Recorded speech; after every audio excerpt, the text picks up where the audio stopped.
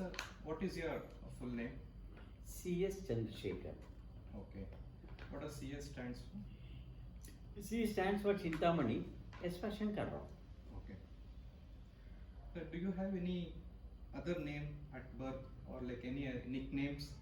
I'm usually called as Chandu. Okay. Chandu at home, Chandru, Chandri, Okay. Chanda, so many ways they call me. So your date of birth? 24th November 1943. 1943. Great.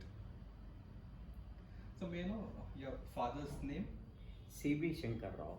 Okay. Chintamani Bhimsen Rao Shankar Rao. Okay. And your mother's name? Jayamma S. Rao.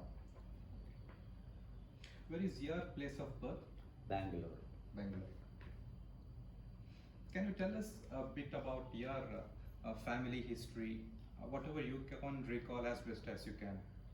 Family in the sense from where? I mean, is it like my grandfather and like that, or my siblings? Your father and your forefathers. Yeah, if you can recall. I remember three people. I mean, one obviously my father, and Bhimsen Rao, his father, and my father's grandfather was Ramchandra Rao. So Okay. I remember that. Though I haven't, maybe I would have seen him. But Bhimsen Rao and all, I can talk a lot about that. Okay. My grandfather, my father, everybody. Okay. Do you know where did your parents grew up? Yeah, my father essentially in places like Chintamani, Kolar, and perhaps bit of Tharikere and all, and later on perhaps Bangalore. Bangalore. Okay. Do you remember any stories your parents might have shared with you about their childhood? Maybe my father, who was a very enterprising man, very confident man, and he believed in himself in his own way. He would talk about his association with youngsters and how youngsters looked up to him for many things. Okay. And I can recall one instance wherein he said, I'm unable to recall the place. Maybe it was Kolar or Chikballapur or whatever. And there used to be a place, a house, a haunted house. Nobody would dare go in. And he told me once, I took a challenge, I'll go there. Okay. And my friends said, can you go there and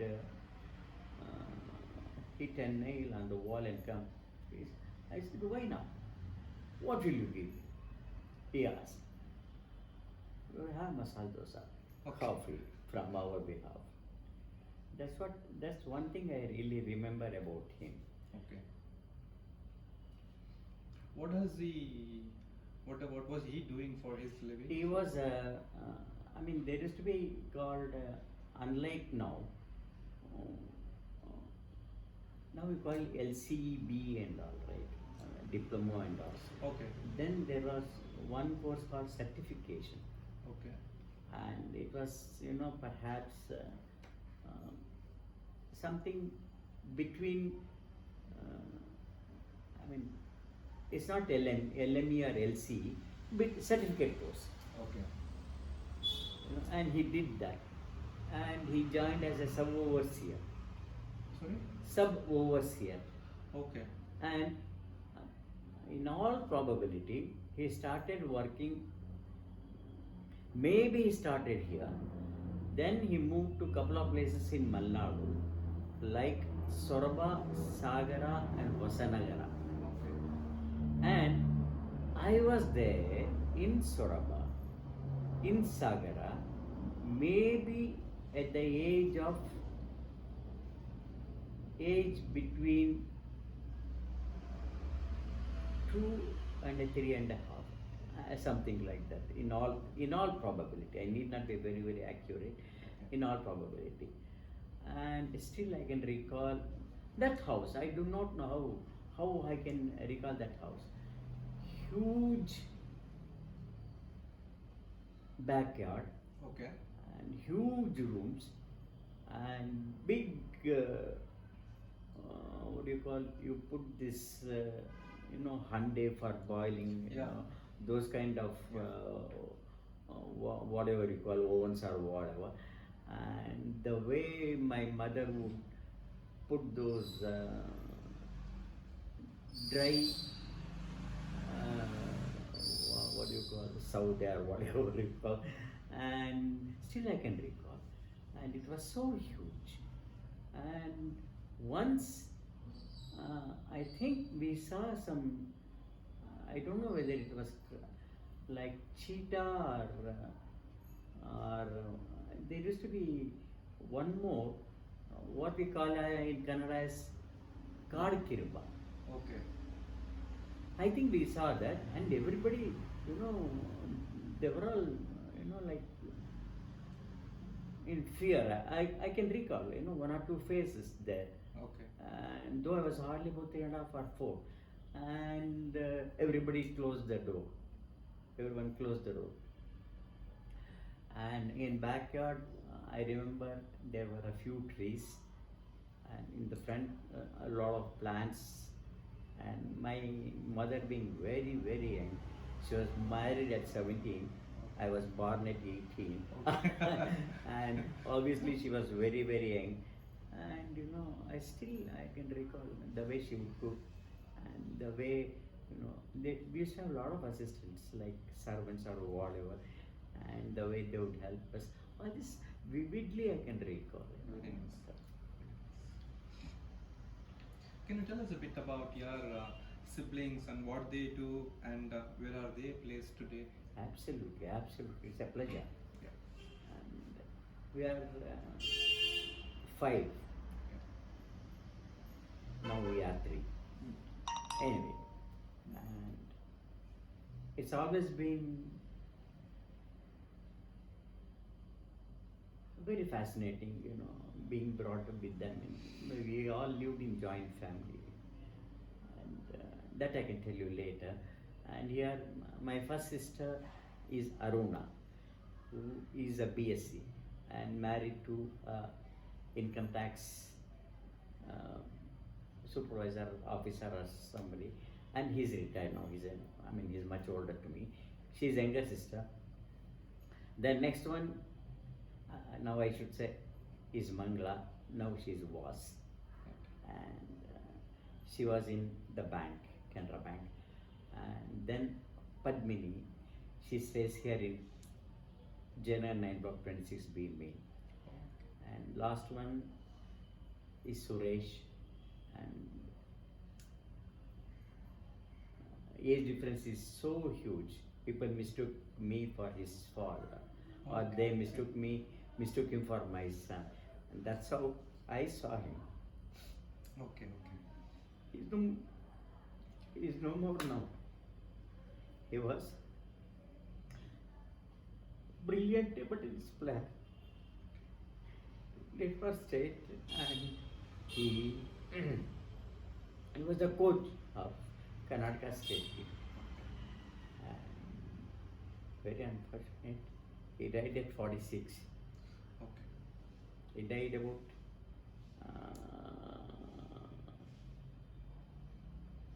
8 years back. 2012 he passed away. And that was a huge shock. And my mother seeing that was a much bigger shock. She saw 2 of her children not being there in front of her. It was so sad. Anyway, all those situations made me strong. That's how I see. Thank you for sharing that, sir. It shows how much love you had for your brother. Absolutely. Yeah. Thank you. So yours was a very good, nice joint family at that time. See, somehow, but for these maybe from 93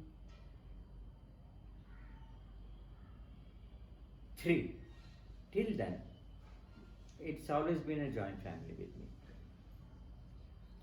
My uncles, and you don't believe, Raghavendra, when we went to Mysore to stay with our uncle in 1956,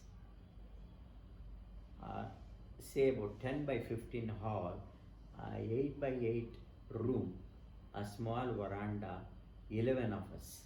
Okay. And we never had a problem. We never felt something is missing. Okay. I mean, it was such humble bringing up, and we never knew it was humble. Okay. Beauty with me,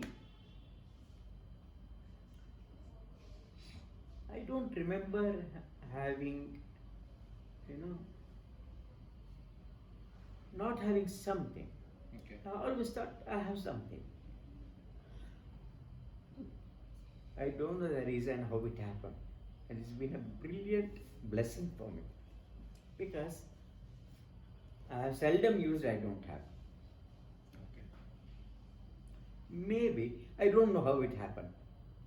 I've been searching for the answer for ages. I don't know the cause and the matter. Okay. I mean, maybe, as I told you, it's been a blessing in disguise. Yes. And maybe it helped me to be myself whenever, wherever, whatever, irrespective of the situation, never tripping.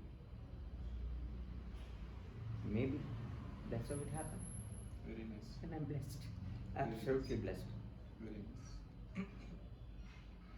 So, if I recall, you mentioned you born in the year 1943. Yeah. Okay. So probably you were at around 3.5, 4 years of age during No, the time 3 of plus. 3+ at the time of partition, probably specifically 15th August 1947. So you were in Bangalore at the time. Yeah. Yes. So you were very young at that time. In fact, a very young kid as well. So, but when did you first got to know about partition, and how far? From whom did you get to know? Do you recall anything, or any one of your family members explain anything about you during that time? I would say yes and no. Okay. For the simple reason, nothing specific happened. Maybe something happened around me. When people would talk about Khadi, people would talk about Gandhi, people would talk about, what is that? Charaka. Charaka, Yeah. and one more. What is that? Iron. I'm sorry. Yes, with that Dabna like thing going in, and you could spin the yarn. Okay. Neige. See, I think I feel very uneasy and not even remembering that. I feel ashamed, to be honest with you. Really. Takli, something. Okay. Something like that. Anyway, it doesn't matter. At least you understood what I said. And I would hear that, and I would hear my grandfather talking sometime, either with my father or my uncle, somebody, older to my father, about Gandhiji, and maybe once in a while, maybe I would hear the word Satyagraha, and maybe I would hear, how he was, and we would simply recall about him, though he wouldn't have seen him from close quarters, and it was more of hearsay for him, and whatever he would have read those days in papers. That apart, I don't think there was any direct influence or somebody really talking about it. in a from a serious perspective. Okay. ಹೇಳಬೇಕು ಅಂತ ಹೇಳ್ತಾ ಇರಲಿಲ್ಲ ಅನ್ಸುತ್ತೆ. Okay. Maybe it simply happened. Well, do you remember where you spent your most of the childhood? Like which school you studied and any of your friends' names you can recall? I can recall a whole lot. Okay.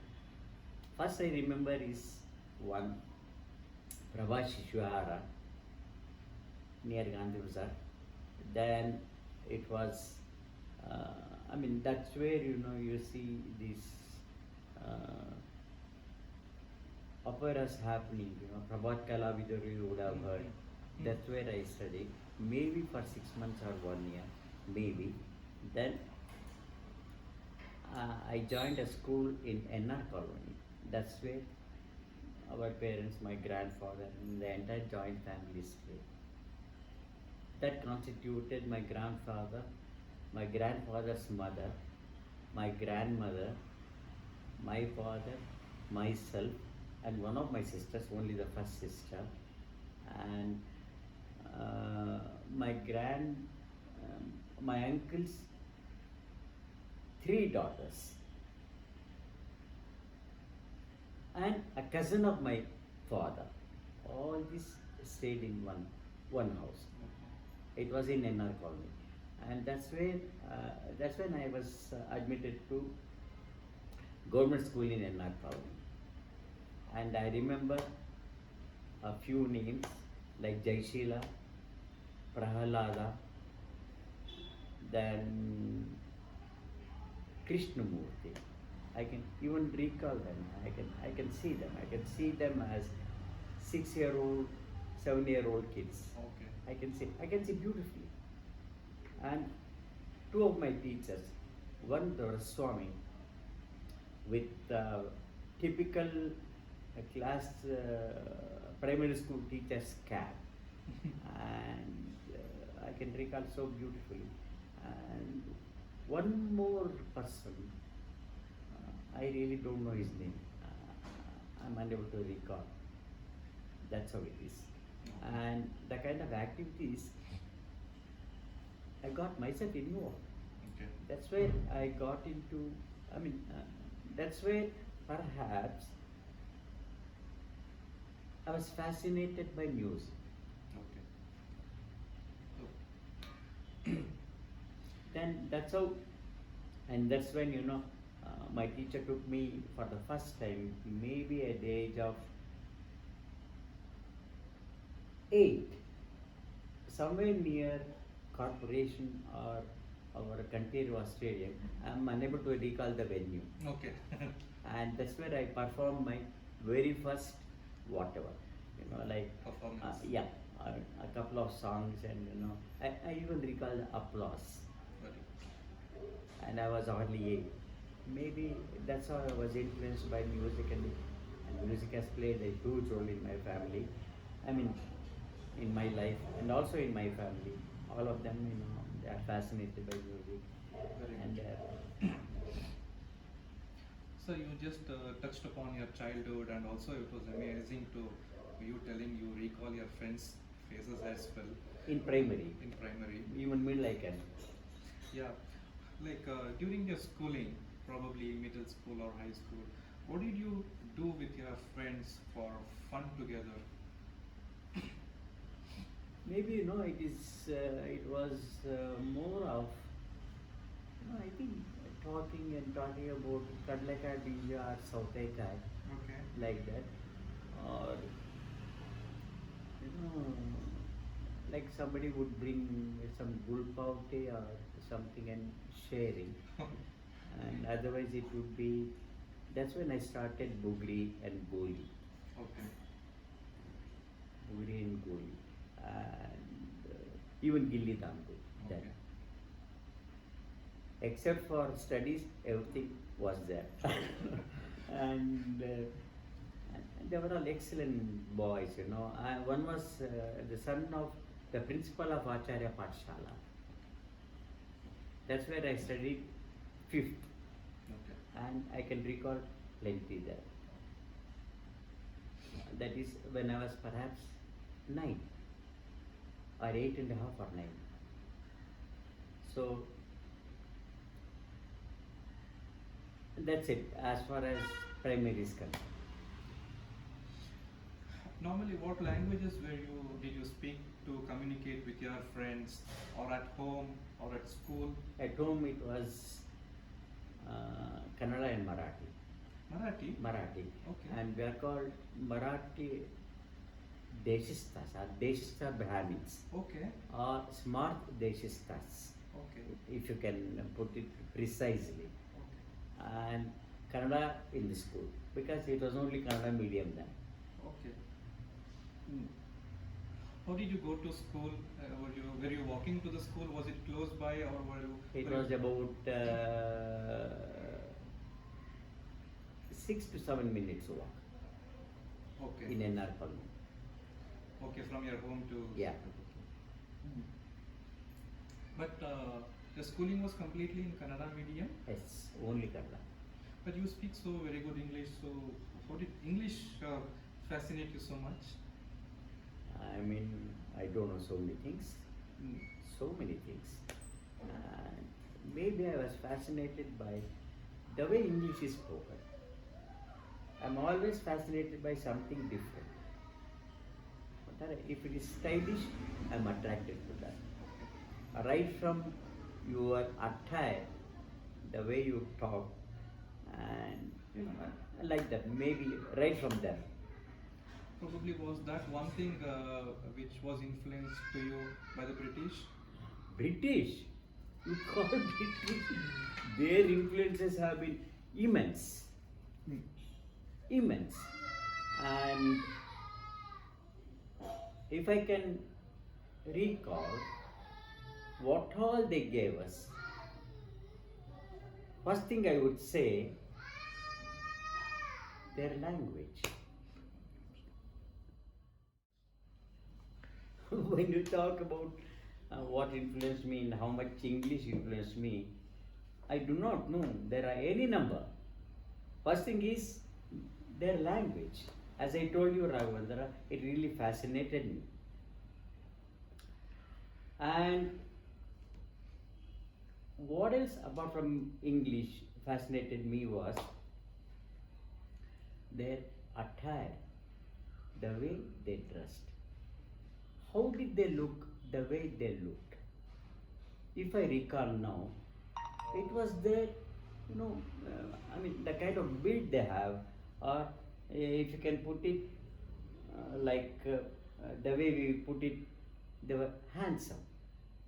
And the way they dressed, and the kind of words they used, trimmagress model, and the kind of braces they wore. And I was wearing braces. And I was the first kid in my entire family who was having a braces. And people would look at me, what kind of knickers you have? And your father gets such a beautiful braces and matching shoes for that, for me. And I was the only guy. And one more thing I want to add here, along with this, though may not be right, it need not go with whatever we are talking, was I was the only male kid amongst some 10, 11, 12, 13 girls. Without me knowing, I was being, taken care much better. Now I can understand. And everybody, hey, Chandu, that's how it is. Maybe, that made me, maybe confident. Maybe that's when I started accepting myself the way I was. And it continued. And it's continued for 70 plus years. Okay. And coming back to English and their influence. When I say language, it is language out and out. It is the first thing. We would not be wherever we are, technically or technologically, in many, many areas where it really matters, without the language, without English language. And its impact its influence and its utility, and the way we have used it is brilliant. We are absolutely brilliant. If there was, what shall I say? I mean, if there were people at helm who could care better, we would have undoubtedly prospered much faster, much better in many areas. In spite of the kind of governments we had, in spite of they not having any big intentions or right intentions, and always talking about Garibi Hatao, or Jai Kisan, only two things. Garibi is negative, Hatao is yet negative. Not even for fun did they say Amiri Banao. So Garibi Hatao they started hataying, it started happening. Nothing could happen. In spite of all that, thanks to our culture, thanks to our heritage, we have grown beautifully in spite of our, the kind of various cultures we have, and in spite of so many variables to be dealt with, we have progressed beautifully, and I'm proud. I'm proud to be an Indian. Very good. Achha. So when we are talking about your school days, yes, please. School. So, Acharya Pathshala I joined, and I can recall some excellent friends. So one was KG Suresh, who played for Karnataka and who was in South Zone team for cricket. A very fine player. And there used to be one Prahalad, and there used to be one Jagdish. And we were all big cricket buffs, we would be watching cricket day in, day out, whenever we would find time. And that's where I think maybe cricket started. Okay. Cricket started, maybe I was at the age of 9, and I would be watching every match that was being played on Acharya Pathshala ground. Okay. That's how I picked up cricket. Now coming back to influence of English, I said attire. Why attire? See, anybody for that matter will be fascinated when they see something different from what they already know. And people also found that it's more convenient, more comfortable to wear a pant or a shirt or a coat or whatever instead of lungi or whatever. And they found out they look smarter. They look smarter, and obviously people were attracted. And one more, that apart, along with the dress, the way it was spoken: woolen pant, serge shirt, flannel pant, flannel coat, blazer, cap, skull cap, hat. Even styler hat happened. The way he wears style, I would look in awe. Very good. And apart from language and attire, next big thing that happened, which influenced that generation, not of my age, generation who were, of my father's and my grandfather's age, because they could be in such brilliant, comfortable zone because of that. That was club culture. Club culture was a big thing. There was no family, with some kind of sophistication or so-called good culture, not visiting a club or playing cards. And that was a big thing. We would hear everybody, "Hello, Nimappa, where is your father? He's gone to club. Where is your grandfather? He's gone to club." When I would ask my father and grandfather, you know, yes, we go. Do you know with whom we play? We play along with the judge of High Court. Do you know that? I can recall it beautifully.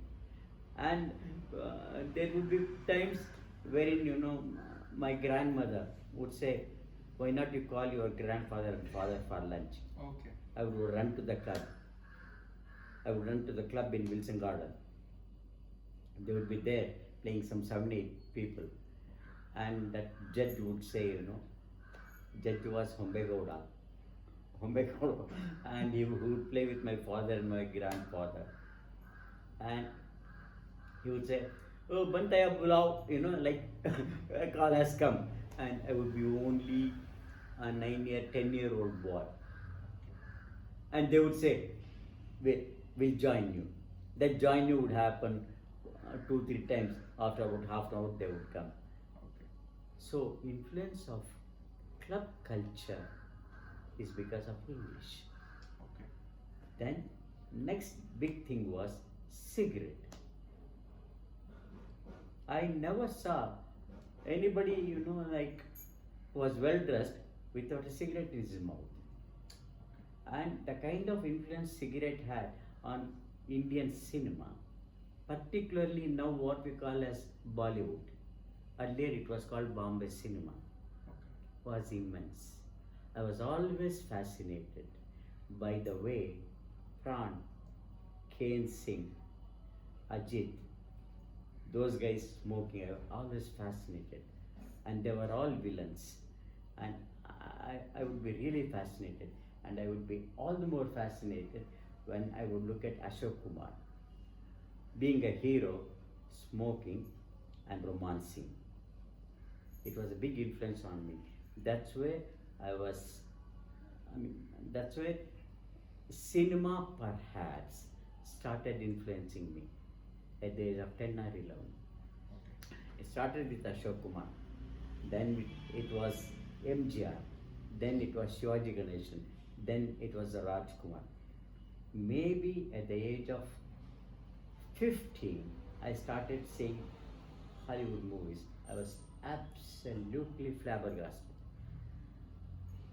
I would love watching Cary Grant. I would love watching Tony Curtis. I would love watching Rock Hudson, Elizabeth Taylor, Gina Lola Brigida, Rita Hayworth, Dean Martin, all brilliant actors. And I promise you, I learned so much from movies, good, bad, and indifferent. And I knew where to draw the line.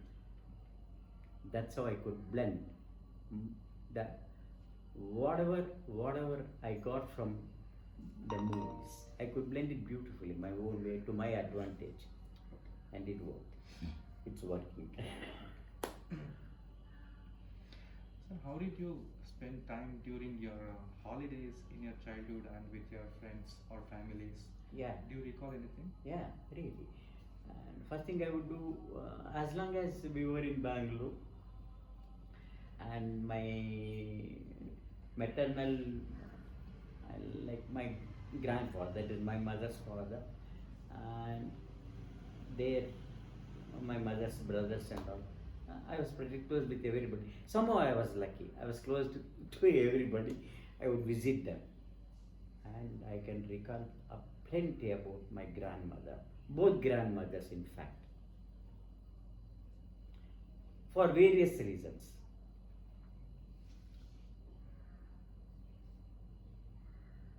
So let me go back, Raghavendra. When it comes to grandmother, I was telling you it was music and cinema.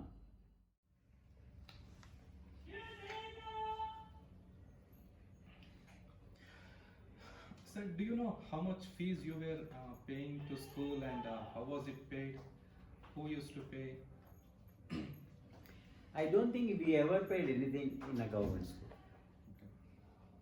I don't think. And not only we not paying, we were being, during occasions like Independence Day, Republic Day, and And bigger than these two was what we would call when we were that young was Maharaja Vardhanti, Maharaja's birthday. Invariably, we would be looking forward for that. Invariably, each one would get this big laddu. All government schools. Okay. All schools, irrespective of primary, secondary, or whatever. I don't know about the college. Okay. What was your favorite subject in school, and who was the teacher who taught? Do you have any favorite teacher? Which school you mean? You mean primary? Anything which you can. That way, plenty. Okay. I think when it comes to primary, as I told you, that gentleman, Doraswamy, who I must call him Mr. Doraswamy, I promise you, and who gave me the first exposure of competition, music particularly. I can never forget it. Okay. And next, I think one very good teacher. Next teacher I would perhaps recall is, when I was studying in RV, and he later became, I think, headmaster, and he was my English teacher. And he was the first influence for me. The way he spoke, the way he taught English. Though primary, whatever English in class 6 or class 7, I was actually bored. Maybe that was the starting point of my fascination towards English. Why I liked English. It sounded so beautiful for me. Anything different, we normally would call stylish those days, invariably.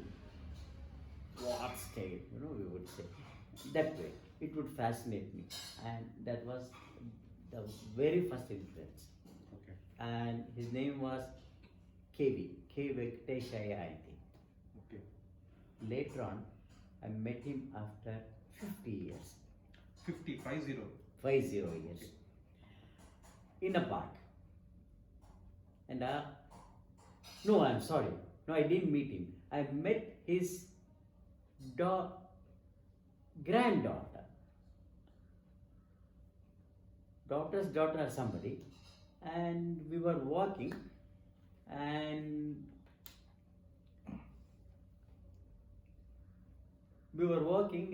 somehow conversation started happening, and she said she's so and so. Then I said, wow, you made my day. Okay. I told him how I can't forget her grandfather, and it was a very, very fascinating conversation for about 15-20 minutes, a few rounds in the park in T block. I think it was somewhere in 2010 or 2011.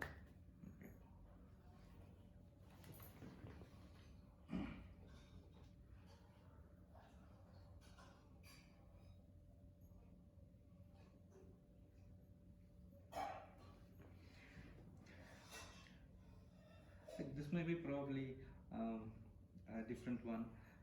Do you recall what methods of punishments were given in the school those days? Yeah, I can recall plenty. Okay. And in primary school it was not much. Apart from, we didn't even have bench. We were having that, money we would call in series, and there would be about in a room. Rooms would be would never be even big. There would be about, say, 10 by 12 or 10 by 15, and there would be hardly some 10 or 12 being accommodated with and in some classes there would be platform. In some classes even platforms were not there. Invariably a blackboard a smaller version of whatever we see, and and only it's cloth dusters, nothing like the kind of brush duster we see, nothing like that. And one of us, after the bell, would clean the board, and usually it would be the monitor. Sometimes some boys are at mercy of the monitor. He would say, "Come on, man, you go and clean," Okay. and we would do that. We enjoyed it. Okay. And what else? Punishments. Punishment. When it comes to punishment, invariably it would be stand up on the bench, or like there were times when somebody does a mistake,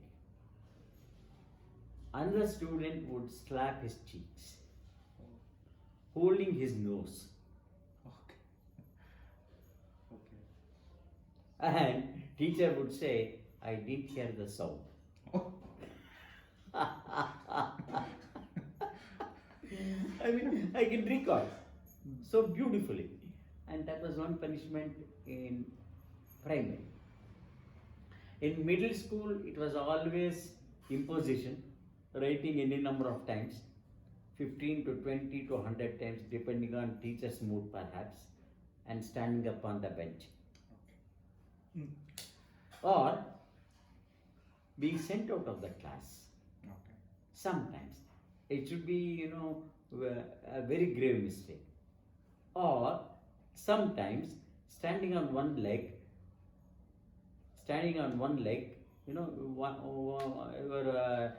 whichever is comfortable, your right leg on the left knee, Okay.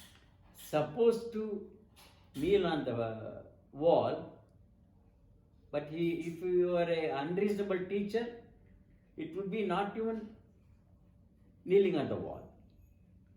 Okay. You would come and hit. No, you must stand in front of the wall. Okay. You must not touch the wall. So, I mean, we would not be victims of that sort because reasonably good students, and perhaps our physicality did not permit us to go overboard. Maybe. Do you remember your grandparents joining you during holidays and they giving you exchanging any memorable gifts with you when they come or go with you, your grandfather, grandmother? So how do you see those today? When it comes to gifts, I don't remember anything because it was not a practice. Okay. It was not a practice, and we didn't see. Maybe our humble background did not permit. Maybe we were not aware. Maybe even they were not aware. Plenty of things would happen generation of generation, thanks to their awareness level. People seldom thought beyond themselves. They never knew there was a world beyond this. Nobody to tell them. And that humble background, and always coming from scarcity, made them, and they were not, like accepting their real economical status. Okay. In spite of not having, they would show up as if they are having, Okay. not out of arrogance. That was the way. Okay. It was never arrogance. I never saw arrogance, even when I recall. But I always think, in the hindsight, why were they like that? Why they did not want to enjoy better? Why they did not want to interact better? Why they did not want to teach their children better? Why they did not see beyond themselves? What? Why? Why did they, they were so, what you call, ignorant, and not even to think, even an iota beyond themselves. Okay. How can evolution happen? Mm. So, I mean, obviously, I mean, it was static, and they never knew that. That was the beauty. They never knew. Okay. Even at that age, did you see anything in your grandparents? And what did you learn? And even today, if you want to acknowledge something, what you learned from your grandparents, what is that one or two things you can recall? Unbelievable things. Yeah. One, my father's mother, excellent singer, absolutely, you know, listening to radio right from 6:30 in the morning. There would be invariably fights between me and her. I was the only boy, all were girls. And maybe I took it for granted. I would shout, "Come on, Vaini, I want to put Radio Ceylon." "No chance, boy." She would say, "No chance. It's going to be M.S. Subbulakshmi or Venkatesh Subramata or D.K. Pattamma, whoever it is." I would fight. But invariably, I would, lose wantonly.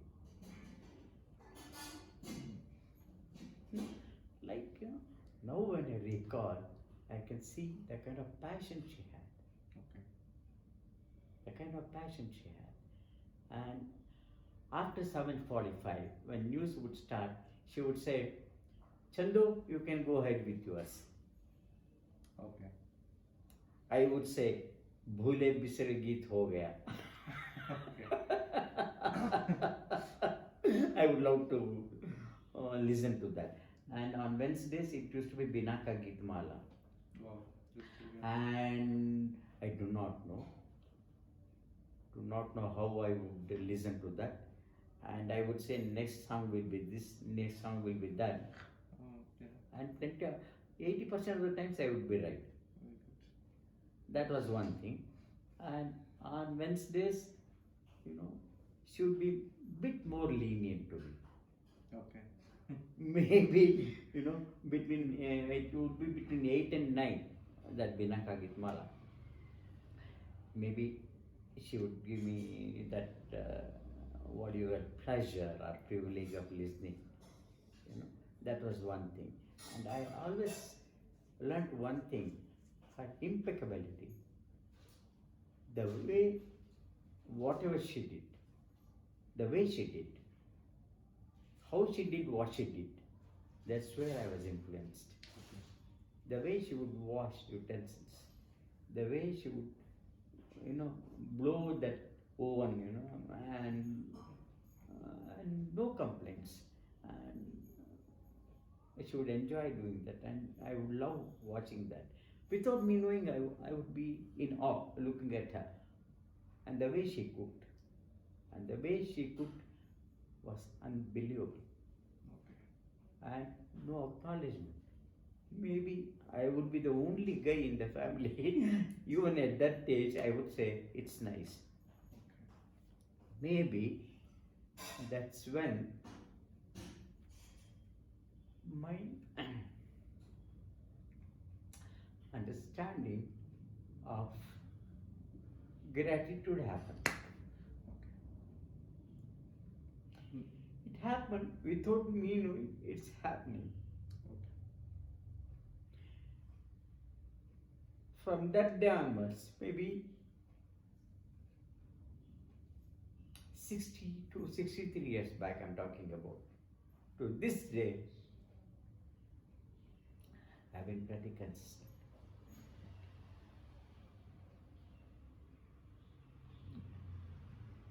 And it gives me so much pleasure being grateful. Very nice. That was what my father's mother was. Here was yet another lady. Unbelievable lady. When I look back, the kind of impact she had is unbelievable. Without me knowing, maybe I inculcated a few, and it paid off beautifully. First thing was, she would never tell her grown-up children. Children were, children with children. And they would never take any responsibility. 4 houses they changed. All houses were found by her. Found the right houses. And the way she would give me, whenever I go there, this ragi hurito we call, unbelievable. She would say, Chandu is come, I must give him. That love, that affection. And the way she would pour ghee on chapati and put sakre on it and offer to me. I can never forget. Me and my cousin, who is 2 years younger, we were the 2 fortunate guys. And my grandfather, unbelievable. One thing I learned from him was, that is my mother's father. I didn't see much of him. He passed away when I was 13 or so.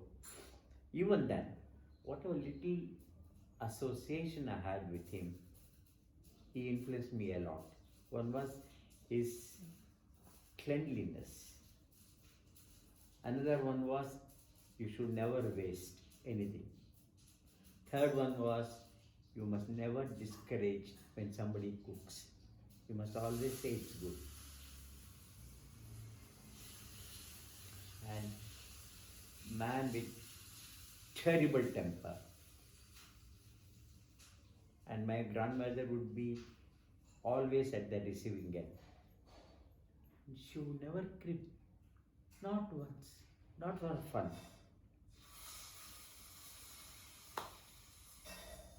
Unbelievable.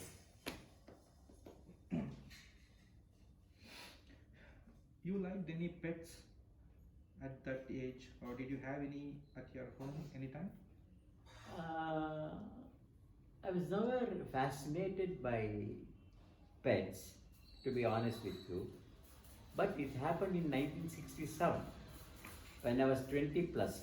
Still I was not employed. We were in Arsikare. That's when, for the sake of my last sister, who is about 19 years younger to me, she wanted a dog. My father got a Pomeranian from Bengaluru to Arsikare, and it was there with us for 9 years. Okay. And the way, a kind of joy that dog gave us, we named it Prasad. And the way we took care of it, if I say just I, it would be arrogant, but most of the times it would be I. Because washing and all, once in a week, bathing and all I would do. Invariably twice a day I would go take for a walk. And it passed away on 31st December 1976. Last day of 76. And I don't know how sad we were, all of us. And the way we made a grave for it in our compound on 26B Main. That's where we stayed between 1971 and 76. What did you study in college, and which degree did you study? Science, commerce, or arts? And would it be exciting for you to recall your college days a bit, your teachers and friends? I should be a bit selective and not with all that enthusiasm in certain areas and very enthusiastic in some other areas. So, apart from physics, chemistry, mathematics, I can talk anything about my college days. Okay. Essentially, it was a new thing. Studies never fascinated me. And this is where, I want to be grateful to my parents and certain other elders who mattered. In spite of my repeated failures, either in PUC or in BSc, not once can I recall that I was snubbed or ridiculed or discouraged. Not even once, not even for fun. Sometimes I would feel at a certain point in time it was their undoing. Now I feel it's been a blessing in disguise. I'm able to be myself thanks to they being whatever they were. Thanks to their own understanding of life, whether it was intentional or it simply happened automatically. All said and done, it was to my advantage. I wouldn't have been whatever I am today as a person, as a parent, as a friend, as a human being as whole, if it were not for they not interfering, even when it was called for. And it turned out to be a brilliant blessing. And that's where I always say I'm blessed. So it started happening right from a few teachers. So now coming back to college, you were asking. College really fascinated me.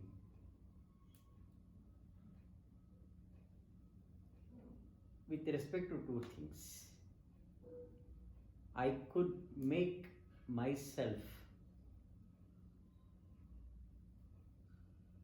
what shall I say,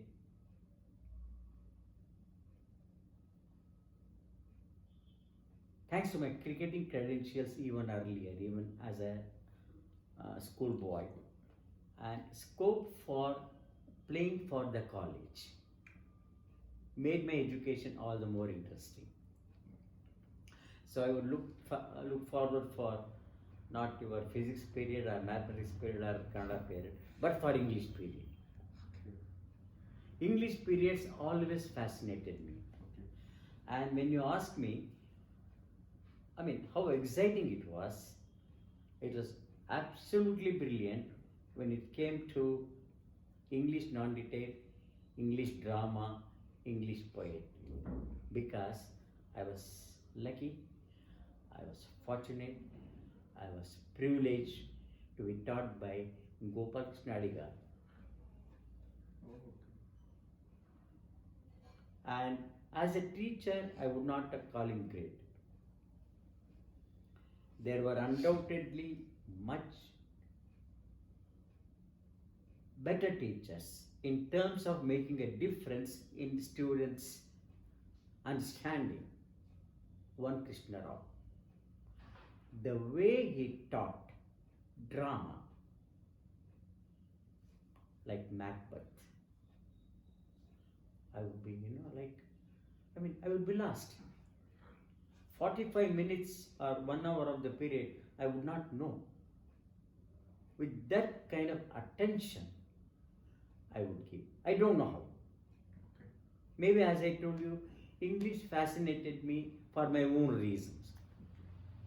How much it really mattered for my future, I did not even bother to know. And all my life, everything is like that. Nothing bothered me. Whatever I thought I should do, I kept doing. That is, I almost understood instinctively. It was more of instinct than being imposed or learning or being taught. How I say is, I mean, that's where perhaps I realized, without knowing I was realizing, I want to live my life my way. And it happened.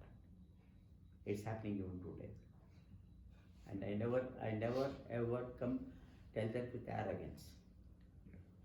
I tell with humility. I tell with prayer. That's the reason, that perhaps is the main reason for me never to advise youngsters. Maybe, I mean, if I were to say I have never advised anybody, I would be arrogant. I would be lying. Maybe I would have done without me knowing I am doing. Advices happens like that. We don't know what we are doing. It simply keeps happening. It would have seldom happened in my case. At the same time, I would always talk to them by sharing with them.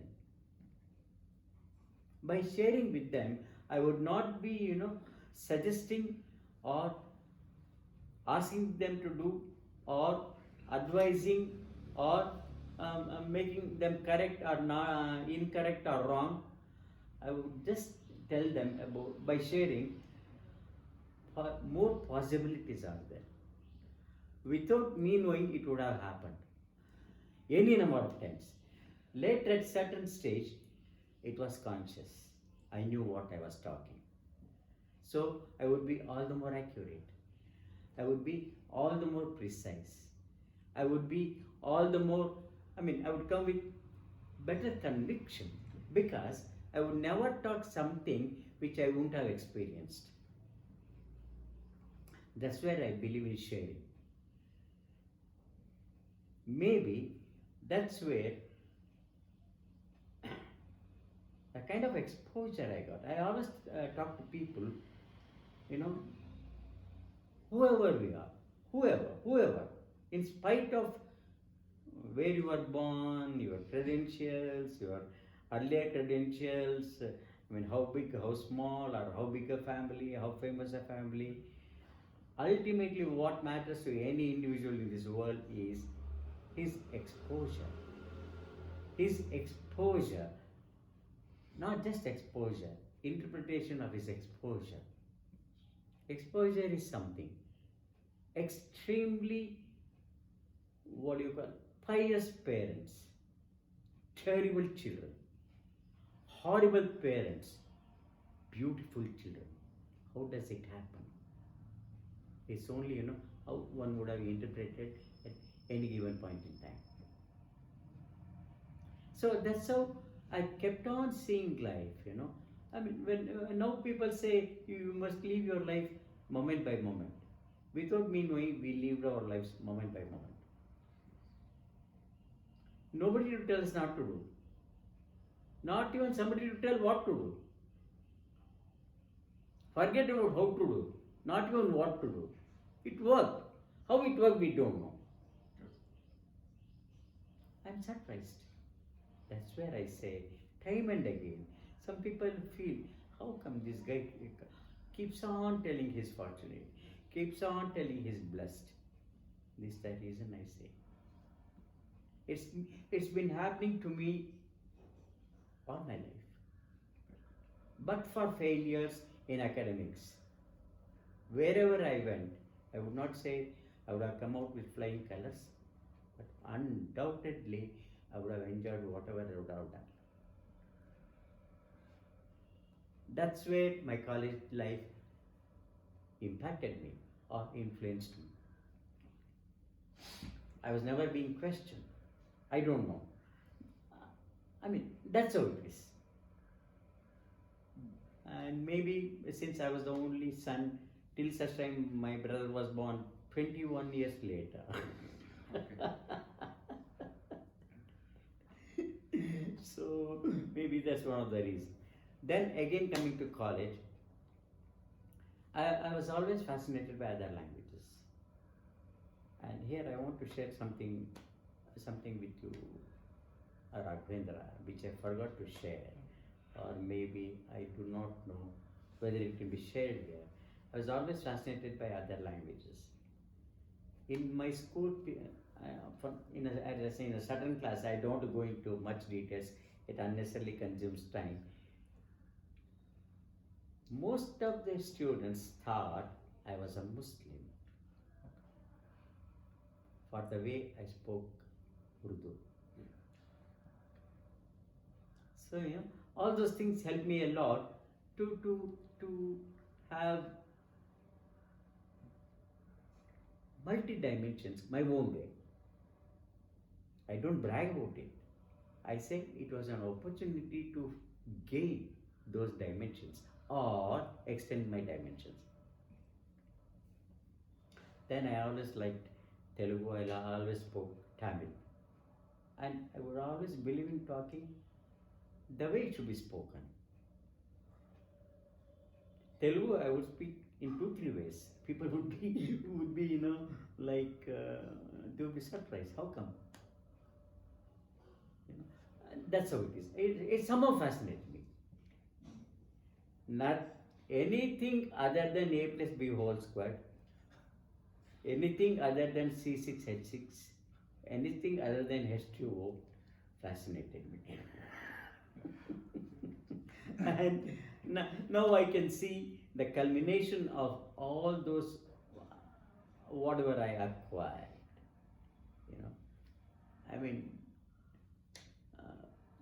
They have worked as brilliant blending agents or blenders. And life is always about blending. It need not be unidimensional. At the same time, you need not be a big time all rounder. A bits and pieces. I've always been a bits and pieces person. Always been a team man. I have loved it. And I've enjoyed it. I don't want somebody to go, wow. No. Understand my responsibility my own way. Nurture it. And use it the way it should be used according to the circumstances. It simply happens. At least it simply happened in my life. So that's the reason I seldom crib, I seldom complain. I've always believed in seeing something good in anybody. It's so easy. Very easy to see something good in you. To see something bad in you, you have to search for it. To see something good in you, it is visible. Only thing is, it depends on how you look at it. Right? Simply, shows up. That works. Thank you. I don't know if it's out of context, but see, it is something like this. There's something called Harkate, And people, do you know why people go to Harkate? I promise you, never for Harikate. It's only for Upakate. Some stories which goes in between those epics being recited or narrated, whatever you call. So you just mentioned about your influence continued in college as well for cricket. Yeah. So just wanted to, or probably I'm interested to know from your words, do you think in a way British rule impacted and imposed people to pick up cricket as a single sport, or is it the sport itself which drives one to play? Not at all. Maybe I forgot to mention cricket in whatever I said, along with club culture, cinema, and cigarette. Cricket is a much bigger thing. I don't know how I overlooked or how you overlooked. Cricket is cricket in India. Cricket is cricket in India thanks to England, thanks to Britishers. I think we can talk about this when we talk about sports. We can talk now also. No? So, how cricket happened?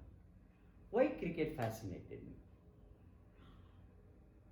Later on, I found out why cricket fascinates millions and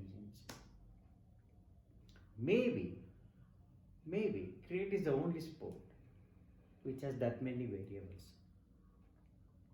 And only sport which could be related to life. Anybody's life. All our lives, everybody have our own variables. Cricket has that many. You can be, you can be in awe at some point. You can be down next moment when a person, your favorite player, gets out at 99. He experiences sadness. One moment before he was in ecstasy. That's life for you. That is cricket for you. In nutshell. It could be elaborated much, much more.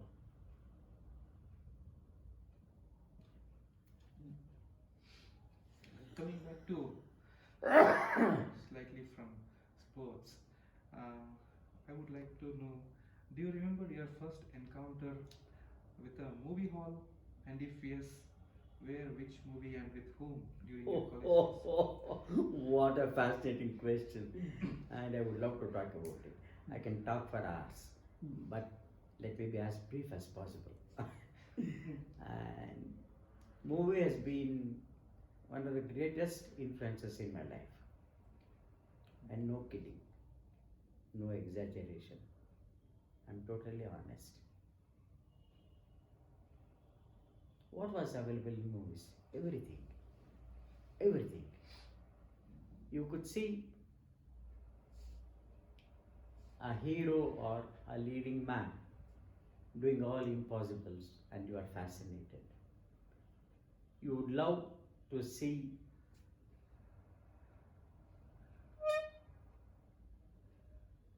whatever you have seen in papers, a heroine like Nutan, who is my all-time favorite, or a Vaijayantimala, or a Padmini, or a Mala Sinha, or a Nargis.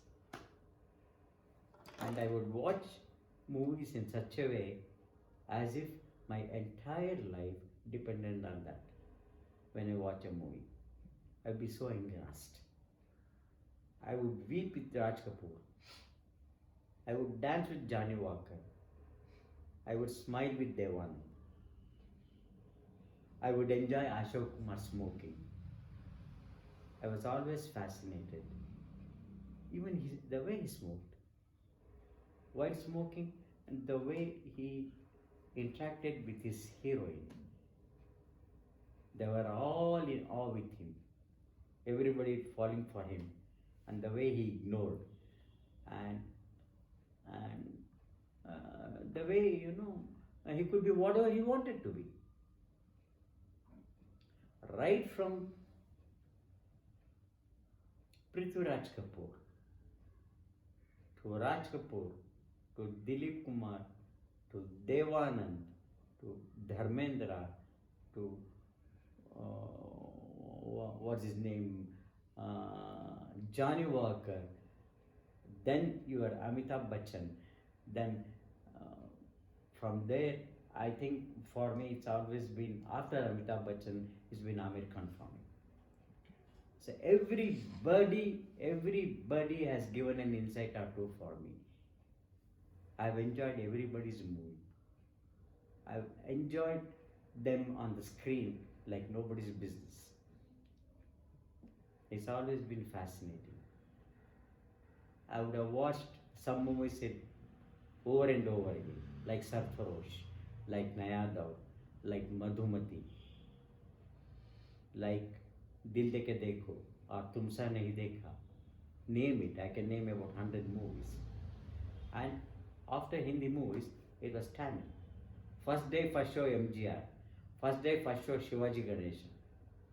Then Rajkumar, first day, first show. I would go. I don't know how.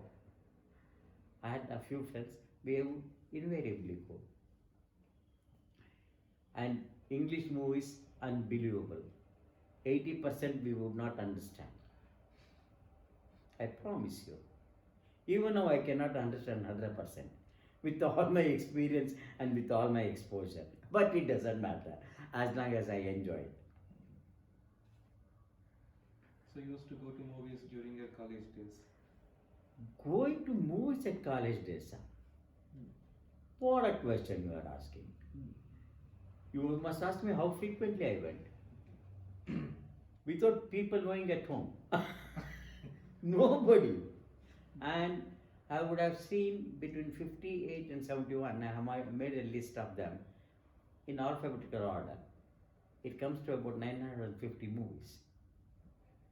And all in alphabetical order. And every movie has been rated my own way with 1 star, 2 stars, 3 stars, 4 stars. Good, very good, fair, good, very good, outstanding. And I made a list of outstanding movies for youngsters, and scores of people have taken that for their reference. And even same thing I given to my grandson. And my son knows about it. I have given it to my grandson. That's my contribution. So since you are sharing about your experiences and liking towards cinema, so I presume that you also had a parallel liking for music as well. Absolutely. So I would like to know a bit about what type of music you would like to hear, and who are your favorite musicians or singers. So just a bit about your liking towards music. Undoubtedly. See, music was in our family its own way. I would not call it as big time. Undoubtedly its own way. Like most of the families those days. Right from Chaudaya to M.S. Subbulakshmi to M.L. Vasant Kumari to D.K. Pattamar and Radha Jayalakshmi and Chamman Gudi or T.R. Mahalingam, like that. And those were spoken about. And that's the reason I would have tiff with my grandmother always. I wanted Muhammad Rafi Mukesh, she wanted MSS. So my liking to music started at home, its own way. Nobody was big, but all were enjoying. And I found out new dimensions of enjoyment. I enjoyed like nobody's business. I don't remember a single day, last 60 years, wherein I have not listened to radio. Not a day. Only reason could be I'm not here in India, elsewhere for some time, and maybe then. Unless it is absolutely unavoidable or inevitable, I would be listening. First thing I do as soon as I get up is turn on radio. Even today. First thing. Now it is mobile. Now it is mobile. Some music, invariably. So that's my passion for music. And for me, personally, how many tens of thousands times have I listened to Rafi and Mukesh? Unbelievable. I mean, I can't even imagine. I can't imagine without that music. And whenever I think about music, a few songs come, like why I like Hindi music, I want to tell you. The way it could be used, the kind of, what shall I say, it has no limits. I mean, you could play with words. Unlike most of the languages, you could play with words, and whenever I feel like first song that comes into my mind is Dil aaj khushi se pagal hai jaan wafa tum khoob mile hai jaan wafa tum khoob mile la la la la la la la. This I don't know, and wherever I go, I sing this my own way. Whether people like it or not, I'm not worried. And Mukesh was ultimate. Mukesh singing to Raj Kapoor. I have wept with Raj Kapoor. Can you sing us one song from Mukesh? Okay. I liked you singing. Absolutely.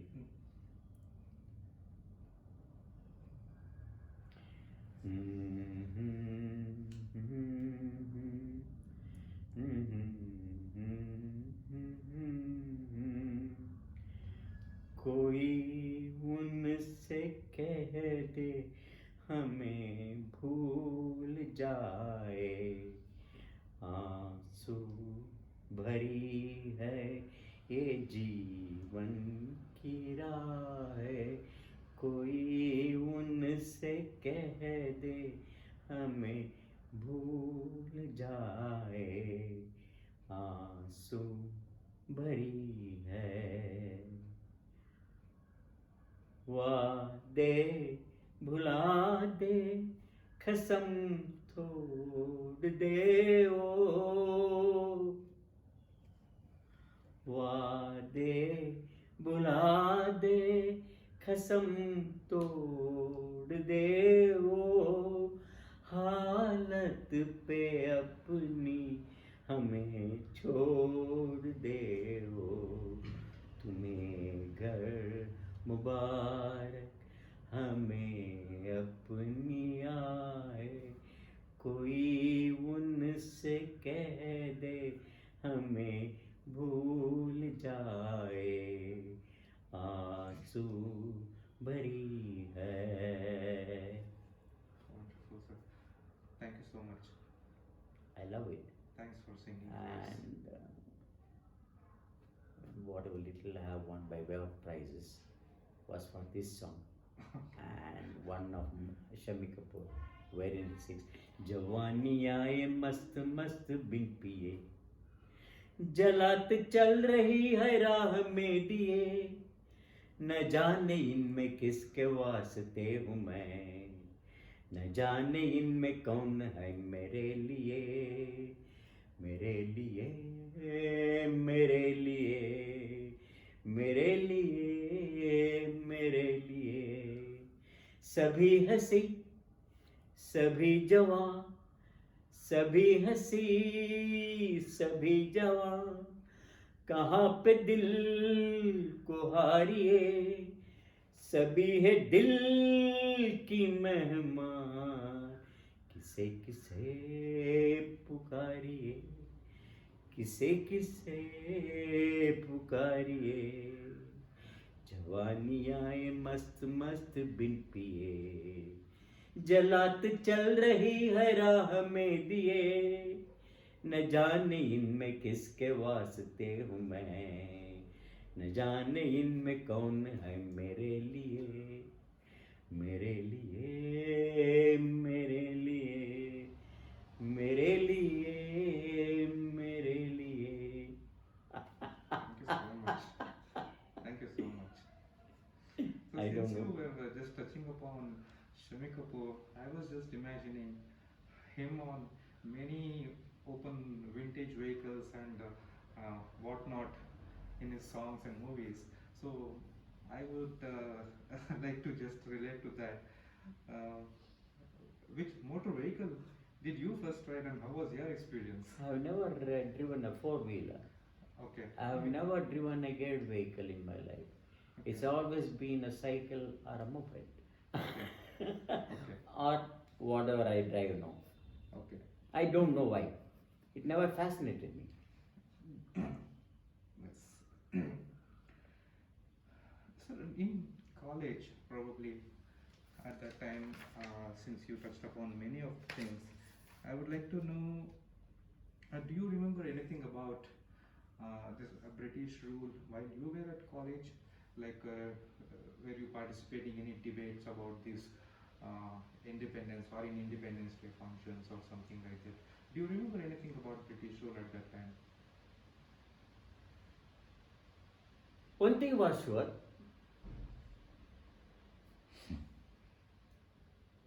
importance of English in a college like ours where I studied, Saint Philomena's, was very much evident. Thanks to missionary people heading the college. When I went there, a principal was a Frenchman, and they were invariably priests. So nobody was there other than from the church. Invariably, it is Catholic Church, and influence was immense. It was visible. Like until unless you were in college or higher college, do you recall any leaders or freedom fighters that visited your college or town? Did you meet any one of them, or did you see them, or probably during these occasions?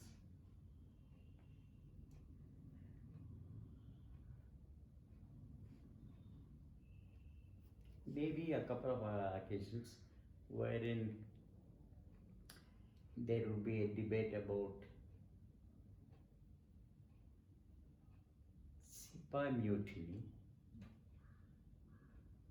or about maybe from one day, once perhaps, from Tamil Mandram,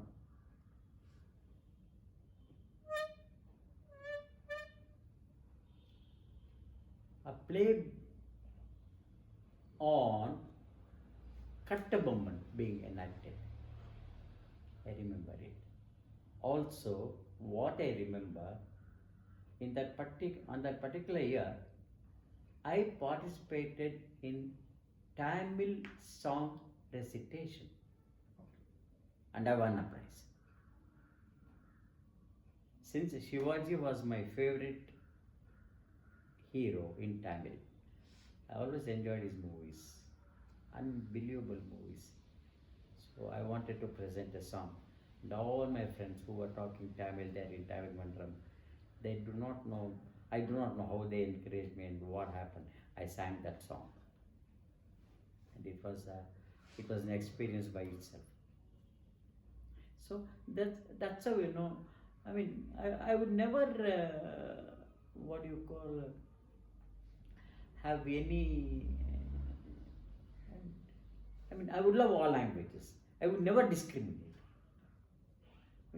And for many years, even in my factory, people would talk, why do you want to talk Tamil with them or Telugu with them?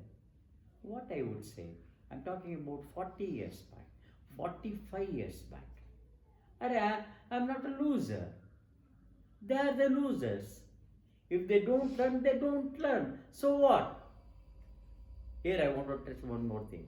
For me, life has always been why not and so what? And it works.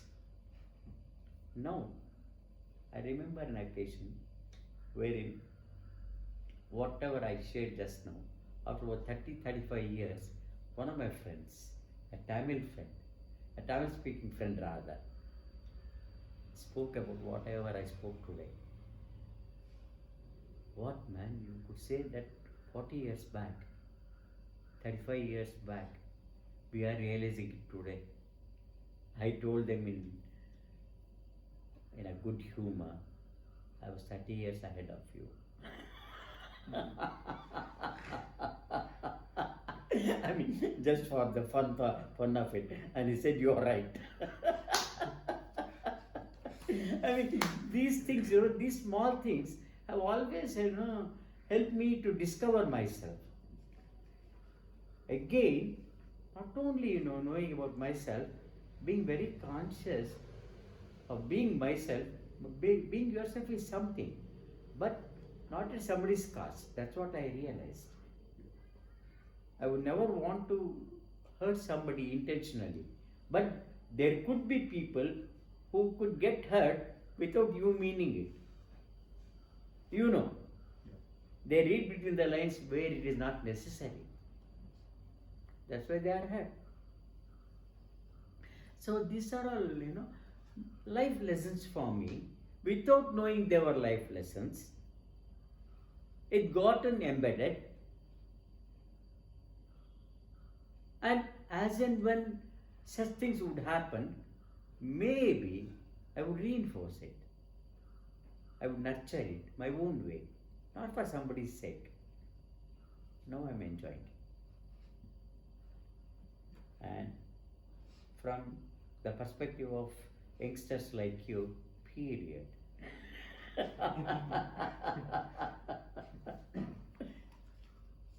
So just coming back to your birthplace and probably college days. So I think that's the right time to know how was Bengaluru at that time while you were in college, as you can recall, because Bengaluru has been referred to as a garden city. Did you see plenty of rivers, mountains, forests near your home? Can you just help us imagine that? There are two things here, Raghavendra. Year number one, but for a couple of years being there in Hosanagara or in Malnadu, between the age of 3 and 13, only I was in Bangalore. Between 13 and 23, I was in Mysore. So, I've seen both places from a youngster's perspective and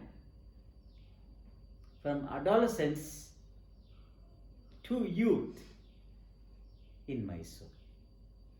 And both of them have had their own influence on me. I can recall. I'm grateful.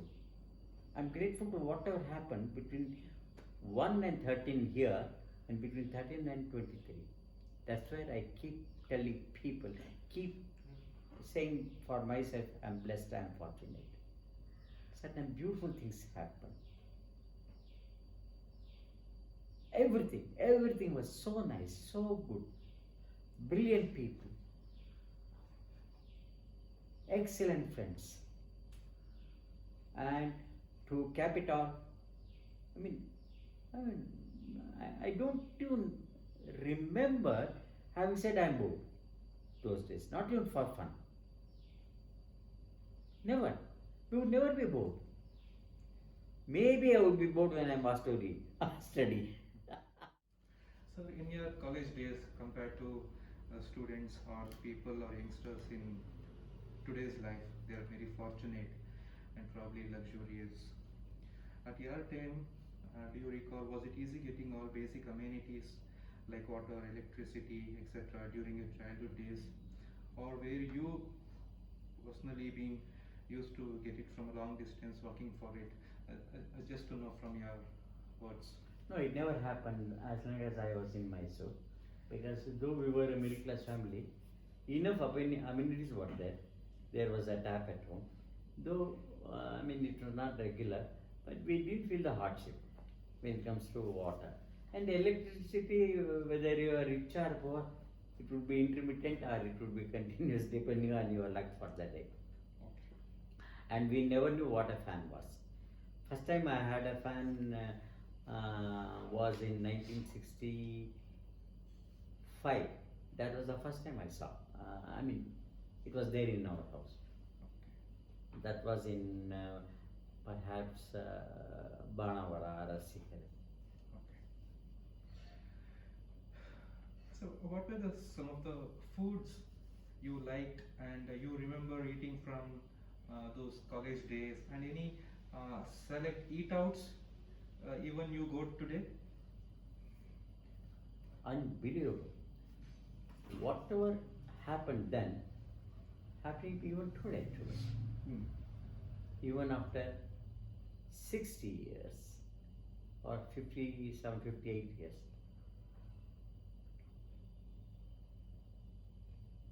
I would simply, run for my lovely, eerily whispered bath in our canteen invariably during lunch hour.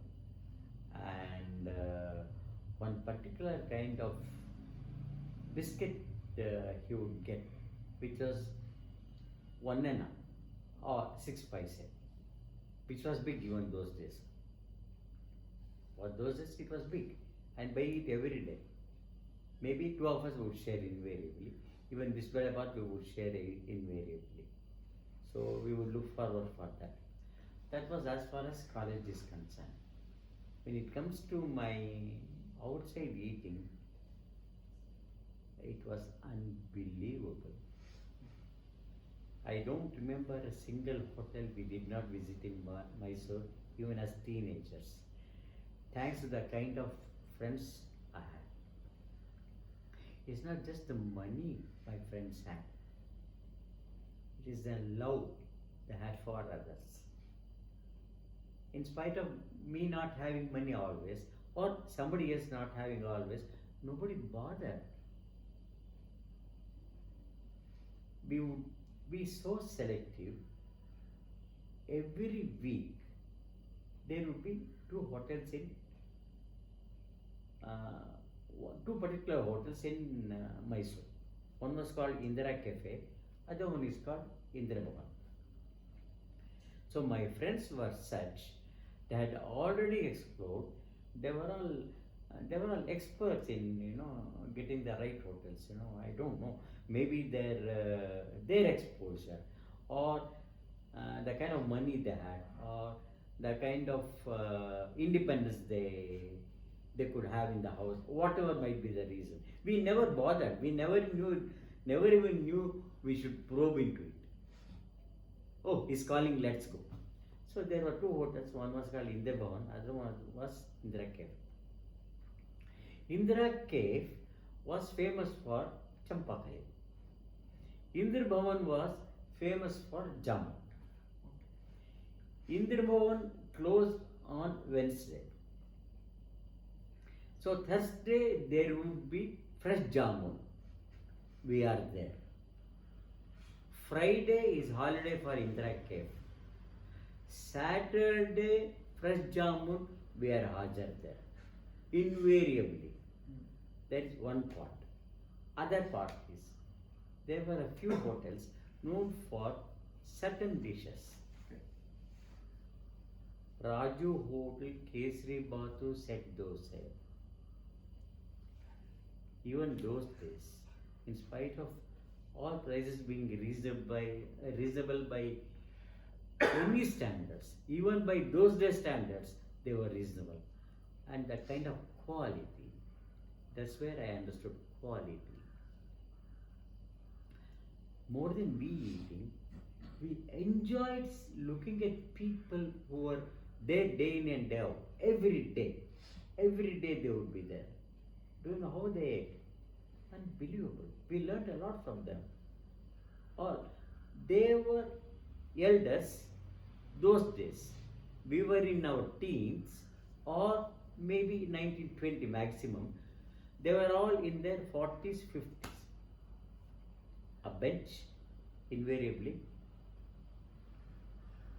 and one more, a table, long table, like as big as your bench, or one bench, two tables like that. And owner would be there to serve them personally. Hey, Anna bandare. Hey, Anna has come. Get him busy kesari baat. Not just kesari baat. 4 people, 4 kesari baat. For 2 of them, one banne. For 4 of them, 2 bannes on that. 2 butters. They would eat. Then set dosa. There, Mysore, one set is 4.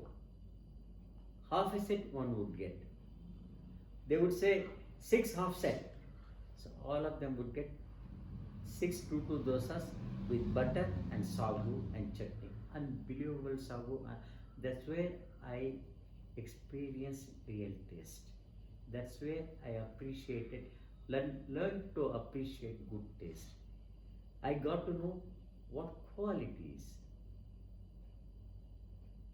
And that's how I grew up. And day in, day out, for years and years and years. And invariably we would go. But at the same time, I was the only guy in my house, being a boy, having that kind of friends. That's where I said, Raghavendra, I've been so blessed to have that kind of friends even then. And that is continuing even now. We are 15. All of us know each other for minimum 60 years. And we recall every bit. That was our hotel part of it. When it came to money part of, for the hotel part of it, nobody bothered. There would be people. See, supposing 7 of us, 8 of us would go, maybe 2 of us would not have anything, but nobody bothered. That was the love. And they never knew that was love. They never knew it was affection. Only they knew was that was the way. Period. I'm astonished. I'm astonished, you know. I mean, how? I mean, I could get so much love.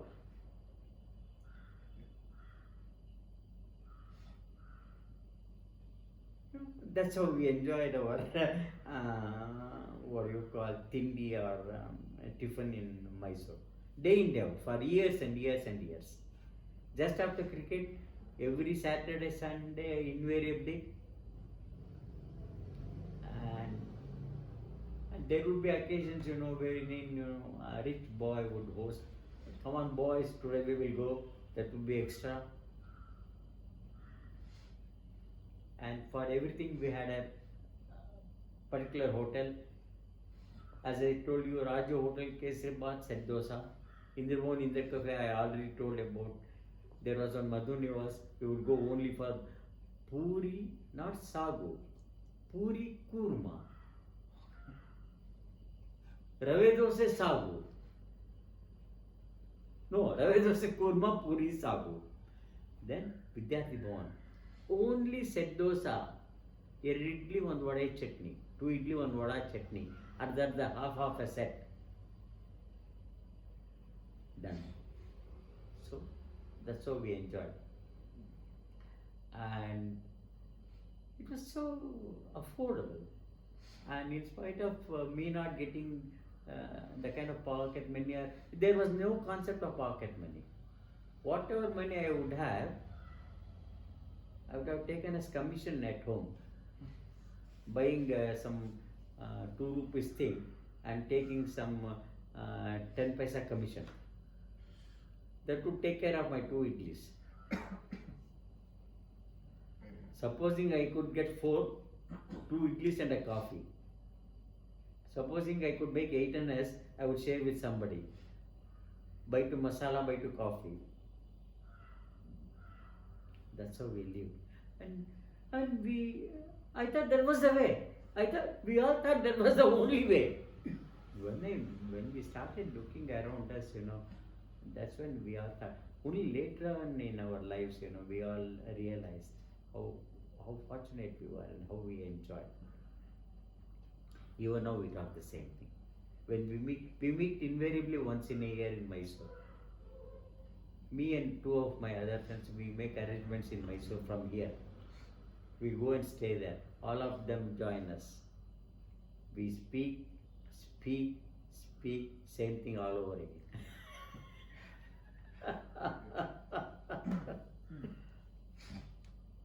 That is the hotel part of it. And that's where, how, I could blend hotel with friends. And cricket with friends, table tennis with friends. Nothing happens without people. Anything other than people is bonus. Such kind of bonuses if could happen day in, day out. Don't you think you are fortunate? That's how I'm whatever I'm today.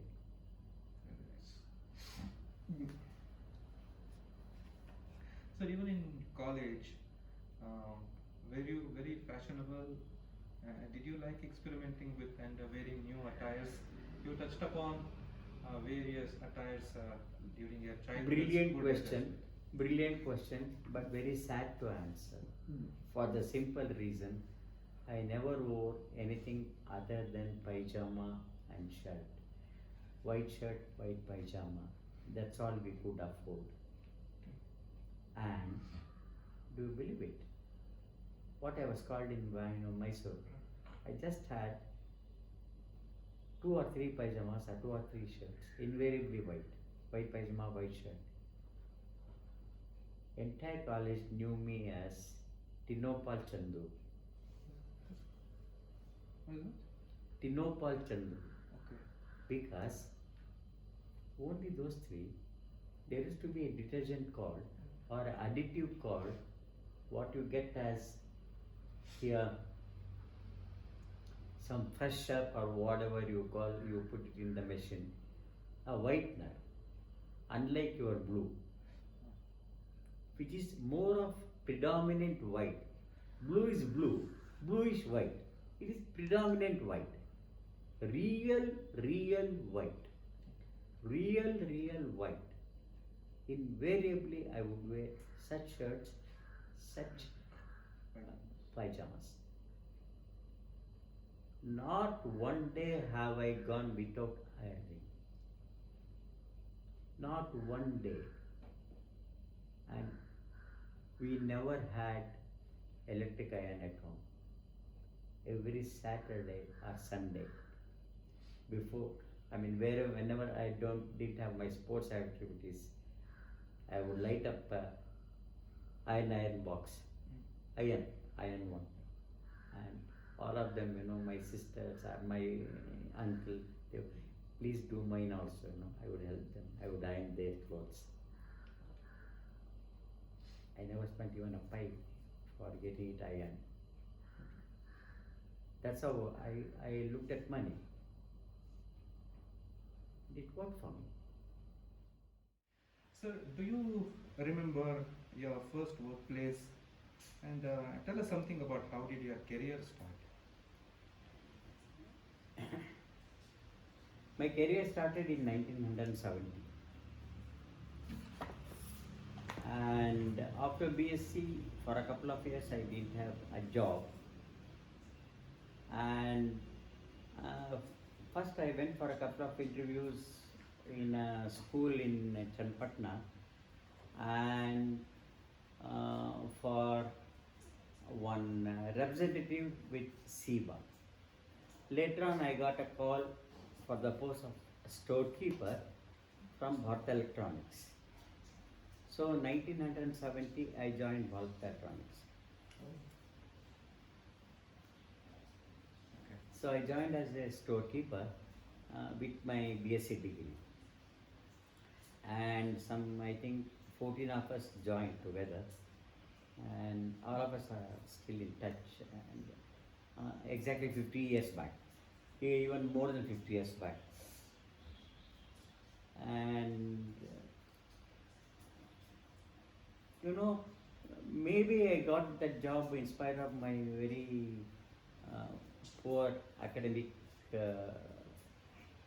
performance, thanks to my sporting credentials. So later on I realized I was taken for my cricket and table tennis credentials.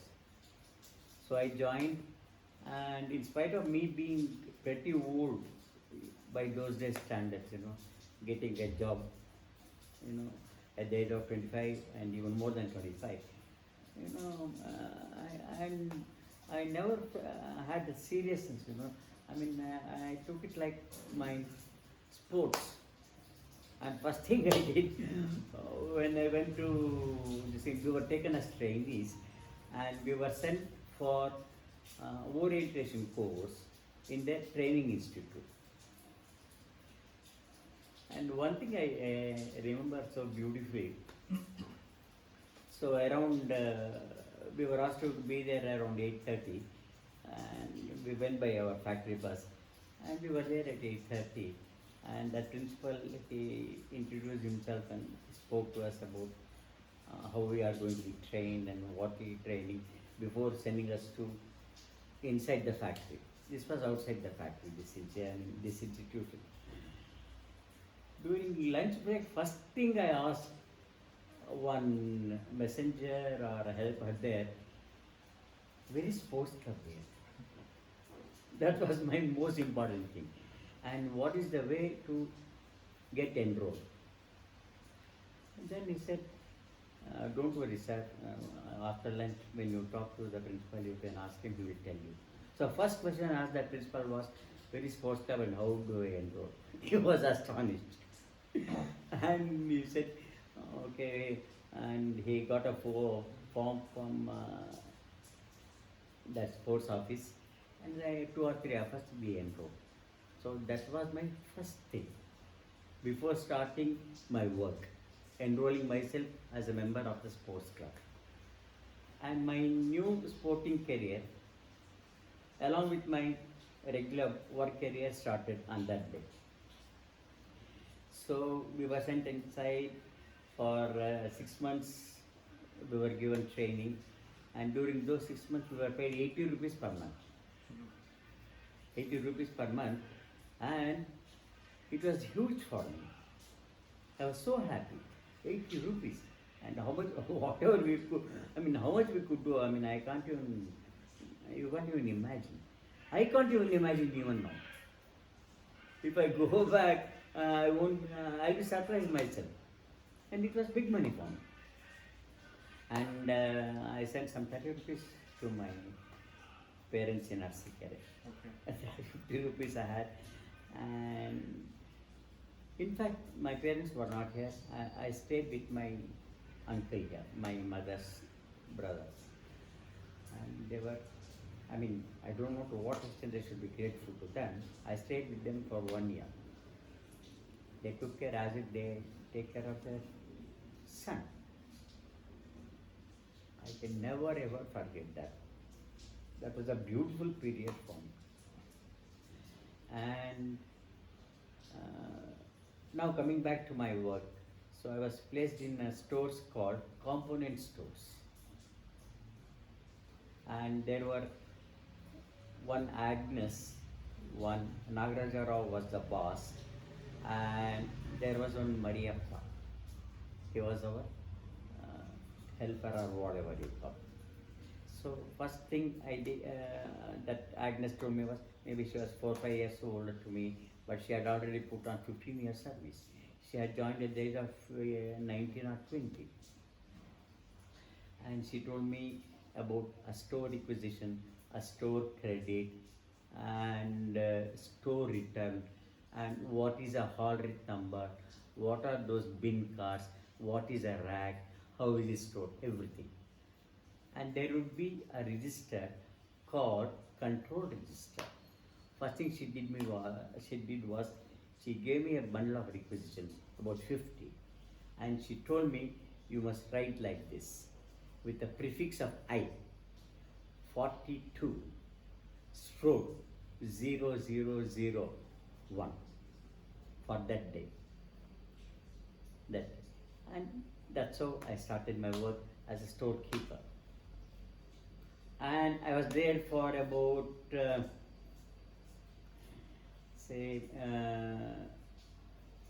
years. And apart from Nagaraja Rao, my senior boss was Sitaram. I don't know whether you have heard of him. Upasane Sitaram. You have heard of him. And he was the one. And we became very close. I don't know how. That was the beginning of my relationship in Bell. From that day onwards, that day we got to know each other, me and Mr. Sitaram. Not one superior would look upon me like they would look at other guys. Somehow, I was lucky. So, I was treated very well. They never thought they were boss and I was a subordinate. And I learned very, very fast. So, the way I started working, they wanted me to go to another stores. So, it was called a spare parts stores. from spare parts stores, again it was a challenge. It was in such a terrible, what you call, condition, so I had to set right. And my bigger than Sitaram, he was so happy. So he wanted me to be in inward goods stores. So I was there for 8 months. From there, he said, Chandrasekhar, you must go to finished product stores. Finished product stores, I went there. I was there for, say, 8 months, and it was a brilliant experience. It's all, all finished transistors, how they pack, how they export, how they send to our local suppliers, and all. It was a very fascinating experience. And all 4 stores, I learned a lot. I learned like a kid, I was so enthusiastic. I learned everything. I would in fact, take more responsibility than any one of them, and they were happy. I don't know how it happened. It simply happened. And one fine day, it so happened in 1974, my Deputy General Manager comes and tells, Chandrasekhar, you are going to work in planning. That was the first time in the history of components somebody from stores is being sent to planning. So I went to material planning and production planning.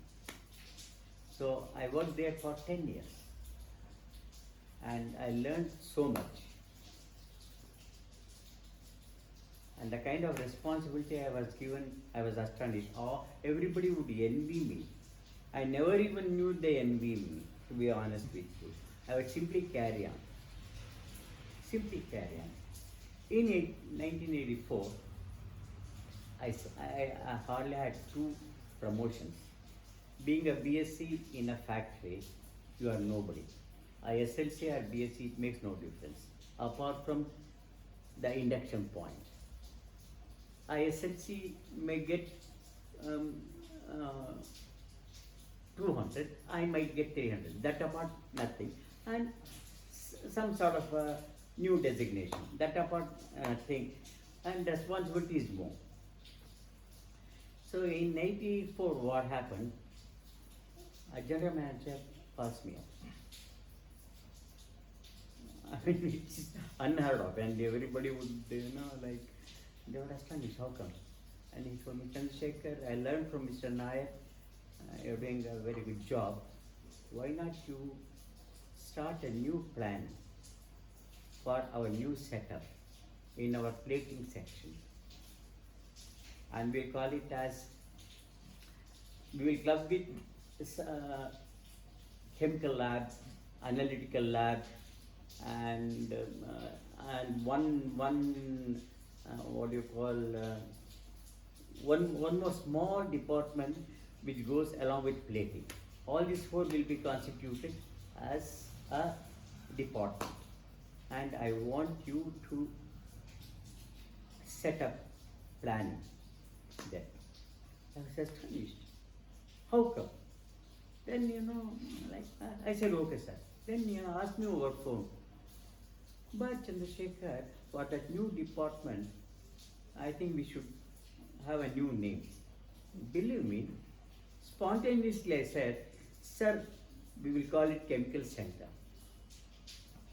Chemical Center became a huge department. And its activities were so big, and controlling about more than 200 employees. So there never was a engineer or a boss for planning. So I was given. I don't know how. And that's where I thought, what takes somebody, in spite of the credentials, in spite of not being placed at a certain level, to take responsibility? I simply realized, and I thought I took more responsibility. And And BL taught me so much, and I had the satisfaction of contributing. So from 84 to 90, I was there. Then in 1990, same general manager who was elsewhere, he wanted me to go to one more planning. It was called Silicon Planning. I went there and I worked for 1 year. Then in 1991, a purchase head wanted me in purchase. So between 91 and 96, I worked in purchase. So I started my career as a storekeeper.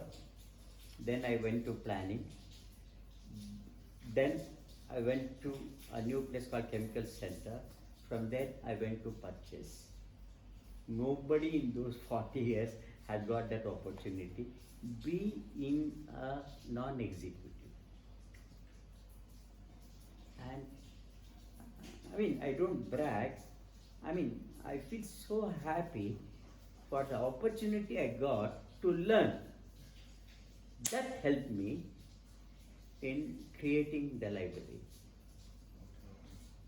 So 1970 I joined, and 1996, with 8 years yet to retire, I took voluntary. No regrets. I don't know why I took voluntary. It was again an instinct. By then, library was 20 years old. Okay. Being in factory, I started library. My wife would be there in the morning, day in, day out. Rain or shine. 76 to 96, she looked after in the morning. 5:30 I would leave my house every day and come back home around 4:15, again back to library at 5:45 till 9. So between 5:30 and 9, I have worked for 20 years non-stop. That's where I learned the value of consistency. That's where I learned, how you can enjoy what you do and how you can do what you enjoy. All those things, all those insights I got in that period. I never complained. So I would come and open the library. So my association with Bell was unbelievable. Here I want to add something which I have always been wanting to share with everybody.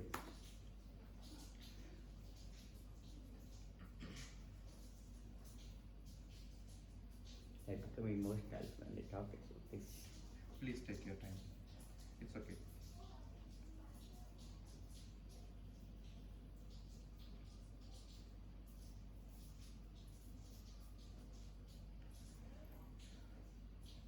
How my factory helped me to become what I am today. The kind of encouragement, the kind of facilities, the kind of food, and the kind of treatment I got. In spite of, that's where I always say I'm lucky. And I was lucky to an extent, you won't believe, Raghavendra. There would be instances wherein, say, a deputy general manager who is just 2 cadres below a general manager would ask his PA, general manager's PA, to go in. I would simply knock and go. And I never thought I was being arrogant. I just thought it was necessary, and I was never questioned. Later on I realized everybody was, so envious and, so jealous of me. I never even knew they were jealous of me. maybe that will be. Very nice. And ಅನಿಸ್ತಾನೆ ಇರಲಿಲ್ಲ. I never, I mean, it's impossible. There are the kind of incidences that have happened in Bell with me as a person. If you think it is relevant to share here, I would like to share. Can I? Yes, please. First thing I want to share is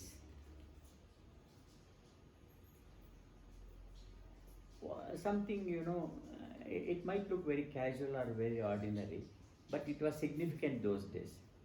Nobody dared carrying a transistor into a office, planning or stores or whatever. But one could go and listen in the maintenance room, not for listening, just go as if to do something and listen for a song or a news. I carried a transistor. It was in maybe 78 or 79. And my immediate boss was one Mr. Krishnamurthy. He said in Tamil, "Ennappa Nair பார்த்தா என்ன சொல்வாரோ என்ன பண்ணுவாங்க." I didn't even respond in the sense, not of arrogance. I said, "It's okay, sir." It so happened, I am listening to commentary, doing my work. Manager enters. Big boss, sir. Manager those days was very, very big, equal to present day ED in the public sector. I mean, those posts were so scarce then. They were all M.Techs those days. And he came. He saw. We went back. All are looking at me. I am looking at everybody. Then he goes to his place and tells his PA, "Hey, ask Chandrasekhar what is the score."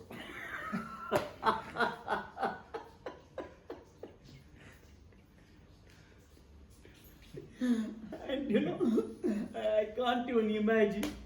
Then I told him, "Ramchandran, tell the score to Mr. Nair." Then again, I conducted a quiz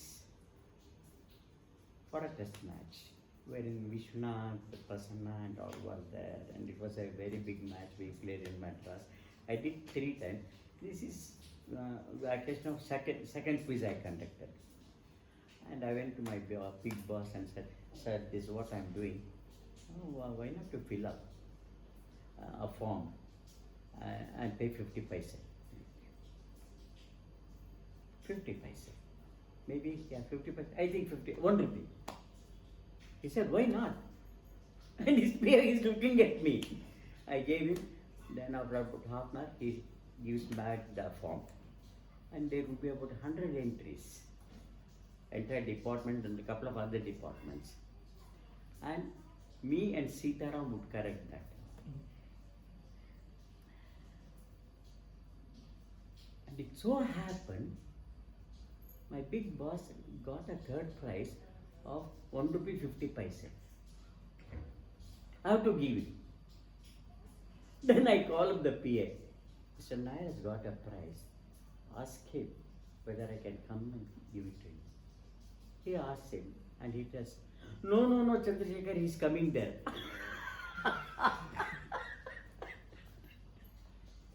What do you say? Comes there, I get up, I give the forum. "Sir, you have to sign here." To give 1 rupee 50 paise.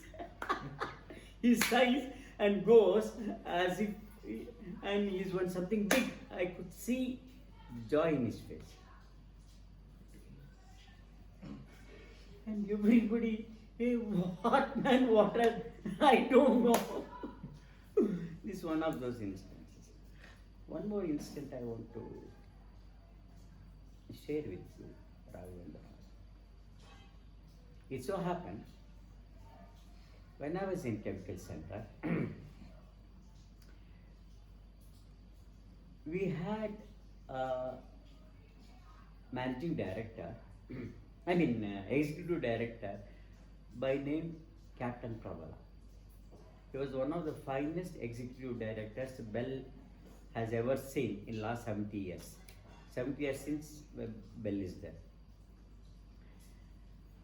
Nobody has seen such a strict man, typical army man. And he the kind of overhauling he did and the kind of new norms that started happening, unbelievable. And extremely strict man, everybody was simply scared. I'm sitting on my chair and reading a book and listening to radio.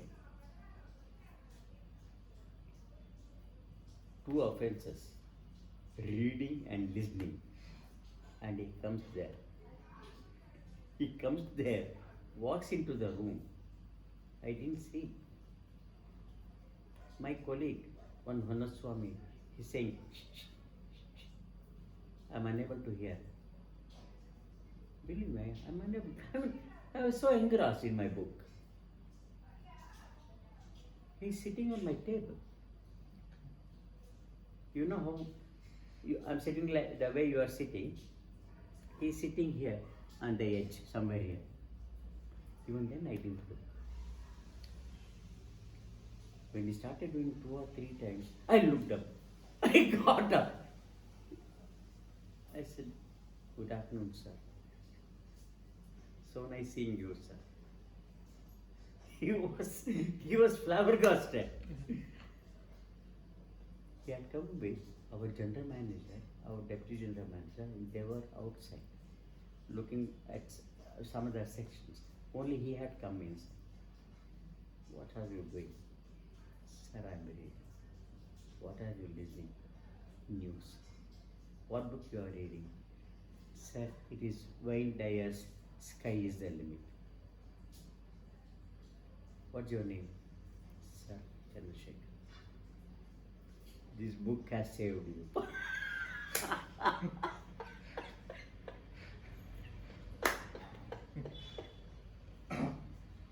Unforgettable. So I shared this with all the people in the department. They said, Bugger, you're lucky. You know, etc. I mean, those things, you know, how it happened, I don't know. And all these things made me realize I can be myself without any airs, without manipulating, without pretending. Tell me, that's where I say, but electronics molded me, made me a human being. The kind of food, the kind of bus facility, the kind of medical facility, unbelievable, unbelievable. I mean, I do not know, even now, I quit 24 years back. I do not know how often I remember. I still have connection with at least 100 people there. Unbelievable people, unbelievable organization, and it was the best public sector in India for years and years and years. And it was a privilege. Such a learning experience, you know. I do not know how much I owe. How much I owe. Whatever gratitude I could show, or however much I thank, it's less. It is very great that someone really shows such level of gratitude to their employer. Unbelievable. Yes. Not once, not one word have I spoken ill of Bell. Very great. Very great. So while you were describing your career at BEL, you were also mentioning about few people, names and all, like who came across and you shared your experiences. So if I have to be precise, do you remember anyone who actually really made a significance in your career growth, and what you would like to tell about them? So for example, if anyone was really, if you can recall in that way. No, there's nothing like career growth here. And there's not even, like being rewarded. Nothing like that. It was a ocean. Whether whoever I am, it was all time bound, irrespective of your quality. But it didn't bother me. Okay. Having worked for 27 years, another 1 year I would have been an officer. Okay. Even that I didn't bother. Why I didn't bother, I don't know even today. And if I say, there was hardly anybody whom I didn't like. That much I can tell you. That is one thing. At the same time, at least there were a few who could recognize me the way I am. Like Sitaram, or Mr. Ramchandra Rao, or Mr. Nayara Rao, or Mr. Nair, and a few of my colleagues. Okay. They were all excellent people. None of them could help me grow, up the ladder, like whatever you call, for promotions and all. Because I had, the kind of qualification which was regarded the way it was regarded, that was it, period. Okay. If it cannot be, if it doesn't get extended, you are lucky. Okay. That by itself is an achievement. So that didn't happen to me that way. That's my bell for me. Bell, and bell. All the way. Amen. Sir, by knowing your experience in BEL and the way you were, as you yourself put, you were yourself in BEL, to be like that, were you influenced by what your parents or friends or any other elders did, what they did during their career, and did that influence in any way for you to be yourself at your workplace? It's a very magnificent question, Raghavendra, but it cannot be answered briefly. I've told you any number of times, for me to be whatever I am, it's been the exposure in totality. When I say exposure in totality, every exposure or every experience that happened to me had an impact. So I cannot simply pinpoint. It was cumulative. It was, how I would put it is, it's like sum total. It is a sum total of my exposure or my interpretation of the sum total of exposure. Sum total of exposure is, for me, essentially it's always been sports. It stands out. Friends, again it stands out. And sports and friends, they complement each other. It simply stands out. Again, in all probability, why in all probability? Certainly it's been movies, books, and music. And culmination of all these 5 factors, and perhaps a right blending of all of them, made me what I am today. And maybe, I would like to share more about my friends and my sports whenever it is required. That is one point. And as I told you, it is sum total of everything. When I say blending, you simply assume all these 5 components which have influenced me, if they could be mixed, blended and filtered, whatever you get, it's me.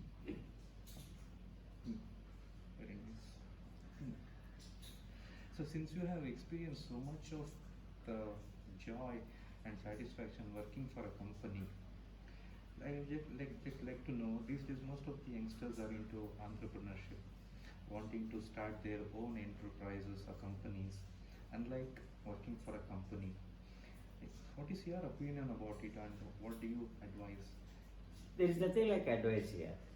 See, in case somebody comes and asks about me, I would never advise do this. I am nobody.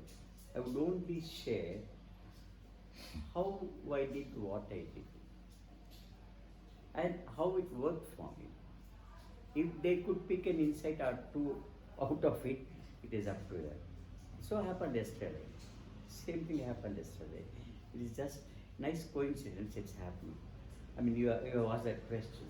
One youngster comes from my library. He looks at the library and says how it works and all. I'll tell him how it works and all. Then he tells, sir, do you have a book wherein it says how to start a new enterprise? I asked him, where are you from? He said he is from Tipto. Then I asked him, what's your age? He said 37. I asked him, what were you doing? He said, I was doing some, marketing in a, very ordinary, like selling or marketing lighters, small napkins or water. Then I asked him, one simple question, Madhu. How do you know, looking at a book, you can start an enterprise? He said, no sir, I want money, 7,500 rupees I pay rent. I don't have money. Every month. Then I asked him, how much you can afford? 5 lakhs? He said no. 4 lakhs? No. 3 lakhs? No. 2 lakhs? No. 1 lakh? Yes. So first understand what you can do with 1 lakh. Maybe. And in case you go for a loan, what is the procedure I told him? And he's from Tipto. And possibility of exploiting is huge. Then I told him, go home, just see, ask your wife. I asked him whether she works. He said no. Think over, don't be in a hurry. With 1 lakh, what you think both of you together can do, you discuss and come back to me. Let's discuss. That's very ideal. Yes. And I was surprised. He's so ignorant. He's so innocent. Only thing is he's 37 and he doesn't know what he wants to do. How he can start an enterprise? That's how it is. And again,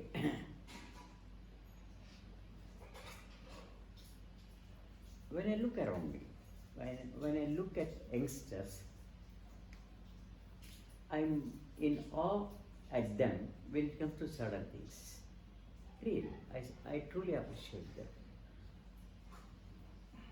And many times in many discussions or conversations I have told them, actually I appreciate you guys and you are excellent in so many areas which we were not even aware of. At the same time, there are certain other things you are absolutely unaware. You don't even know that exists. Unless you come from I don't know, nothing happens.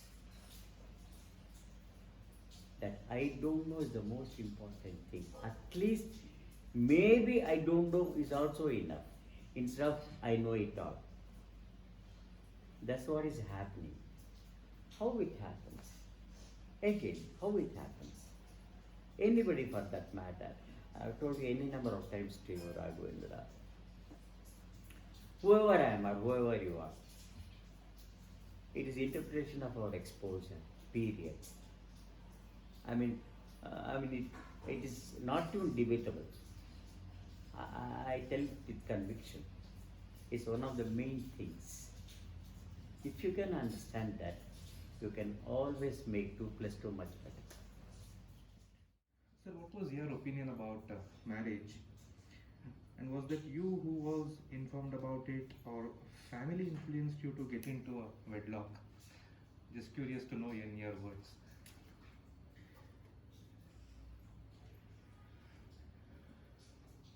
I don't know really how to start it or how to start answering it. Let me do it this way. Maybe we have touched once about choices. This I could realize or got to appreciate or something like this existed. I realized maybe at the age of 45 or 50. It was so, I was so old. So that was our thinking level or thinking capacity. So I have told you, I think a couple of times, I don't even know now whether I have lived all my 70 plus years casually or casually seriously or seriously casually, but it doesn't matter. So coming back to marriage, as I told you, at some point in time, very late, maybe around 50, I realized something called various kind of choices, if you could put that way. One was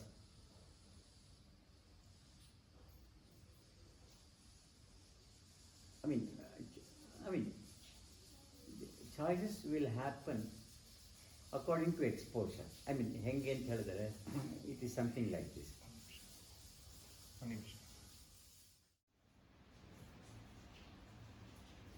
So when you ask me, Raghavendra, whether it was my choice to get married at that point in time, I really do not know, to be very honest with you, whether I wanted then or later. But it so happened, my wife's uncle, who is my mother's cousin again, he proposed my later on wife, Sushila, through my father-in-law to my father. Since both families knew each other, without any hesitation, my parents said yes. They in turn informed me. Okay. So and so is coming. This is the photograph. I looked at the photograph. I didn't know what to say.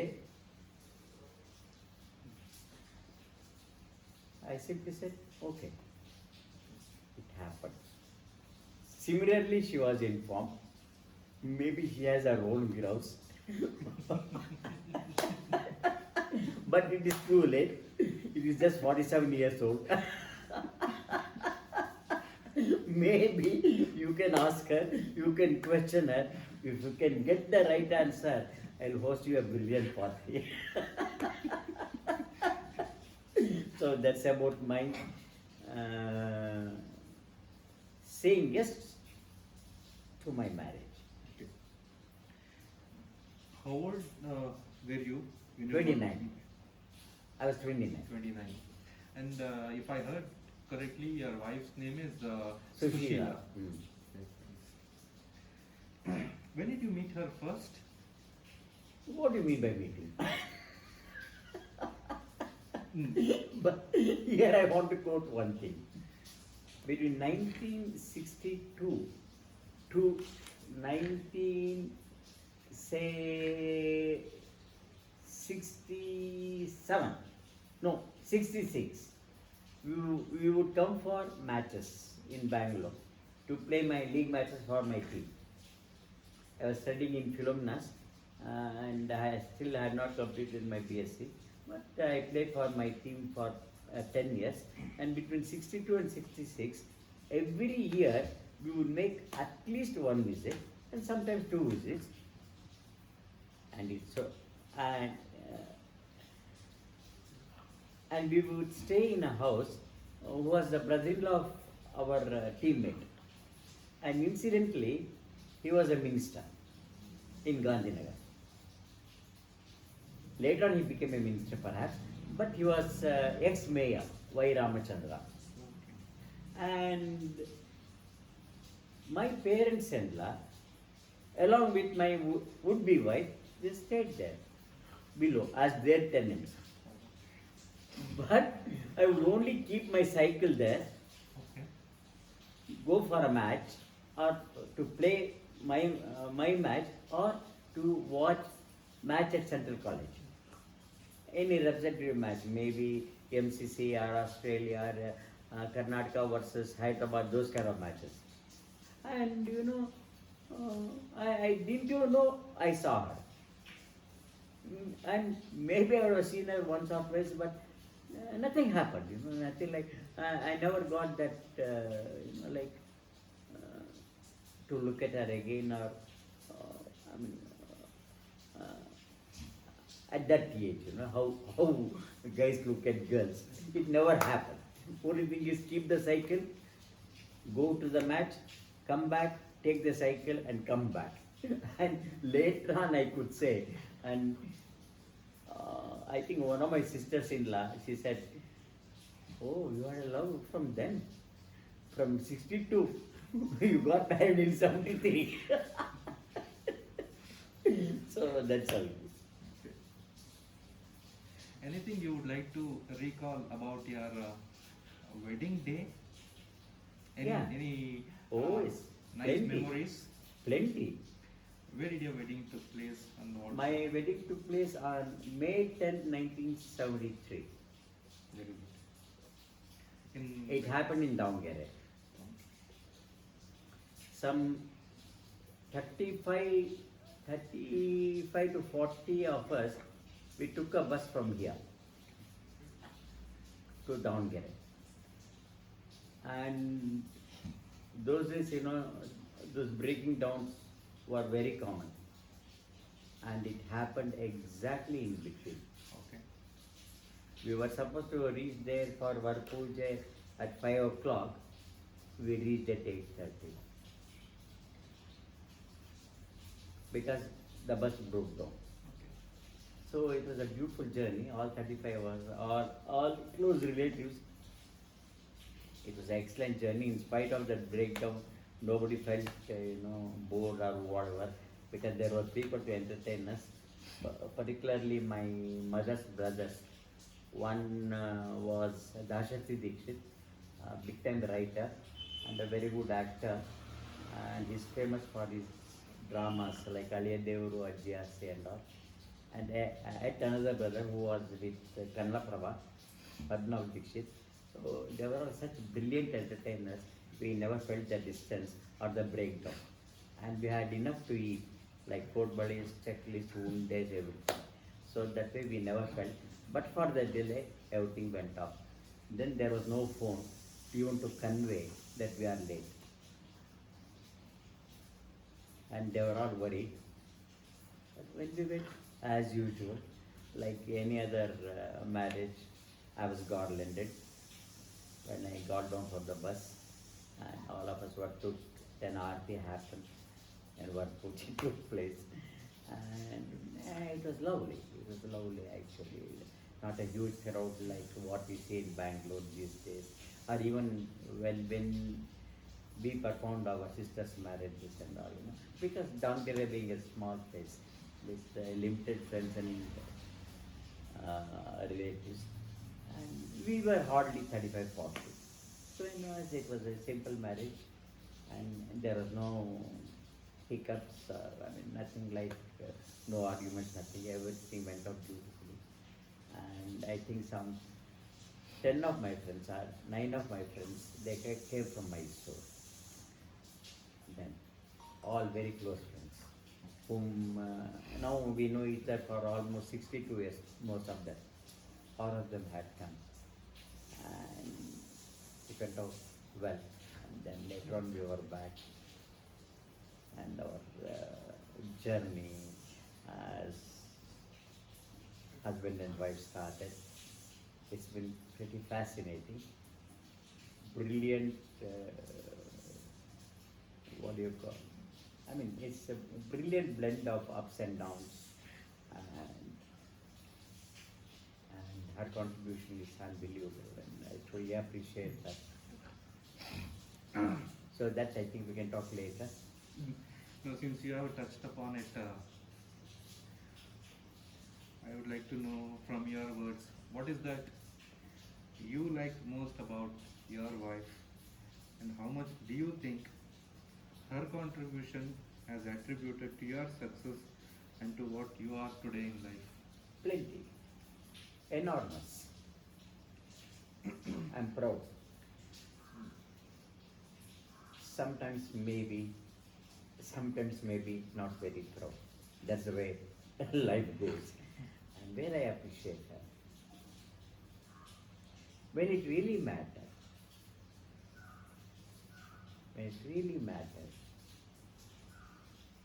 which was a rarity then, which is a greater rarity now, and maybe an impossibility now, happened with us. Okay. Even those days it was a rarity. Not only a rarity, I'm giving a prelude. I'm keeping you in suspense. I'm just giving a prelude. And it was amazing. 14 years. My sister, my brother-in-law, and their daughter stayed with us. And she managed her own way. I have not seen any family anywhere in our family circle, in and around, maybe not even among 1,000 families. That was incredible. How she did it, how effectively she did it, how passionately she did it, or how willingly she did it, or how much she enjoyed it, it doesn't matter to me. It happened. That very happening is enough. That's where perhaps, when I look back, maybe those were the kind of times when I tell you, Raghavendra, plenty of times, any number of times I have told you how innocent and how ignorant I have been. I never even knew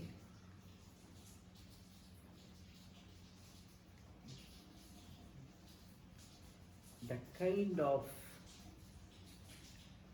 what do you call, the way she managed, or the way she could accommodate, or the way she could compromise. Whatever she wanted. There, I was so insensitive. I didn't even know how a wife feels when she doesn't get the right kind of attention at the right time. Even at 48 age, no. I don't justify it. I own the responsibility. I might give a whole lot of excuses. I was innocent, I was ignorant, I didn't even know. No, none of them is an excuse. How I could not see beyond myself, how insensitive I was, how I understood responsibility. feel odd. I feel ashamed.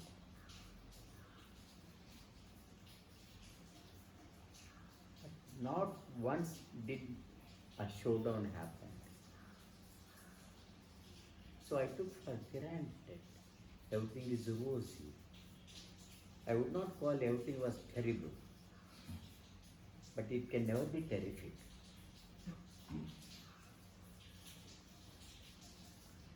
I mean, those are kind of situations or phases in my life wherein I would have a regret here and a regret there, but still nothing can be done. Nothing like. Only thing is, maybe I can repent, maybe I can say sorry. But can anything compensate to her then contribution or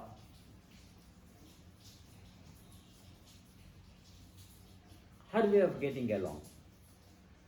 Nothing can be done. When these things crop up in my mind, I'm all the more appreciative about her. Where I feel, I'll be arrogant if I say, where I feel bad, I'll be arrogant. I don't want to say that. Where she could be more understanding when I tell or share with her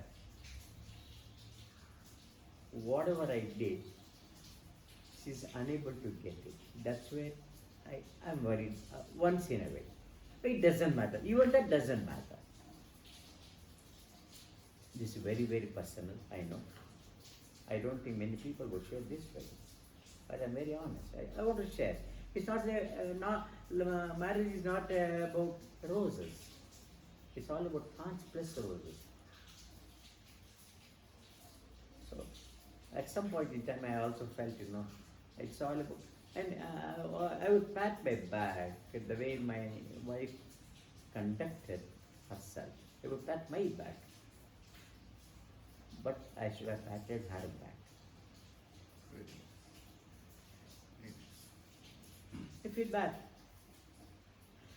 I don't say I feel bad. I feel sad.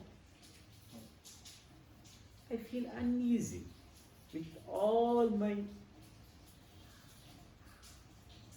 exposure, with all my,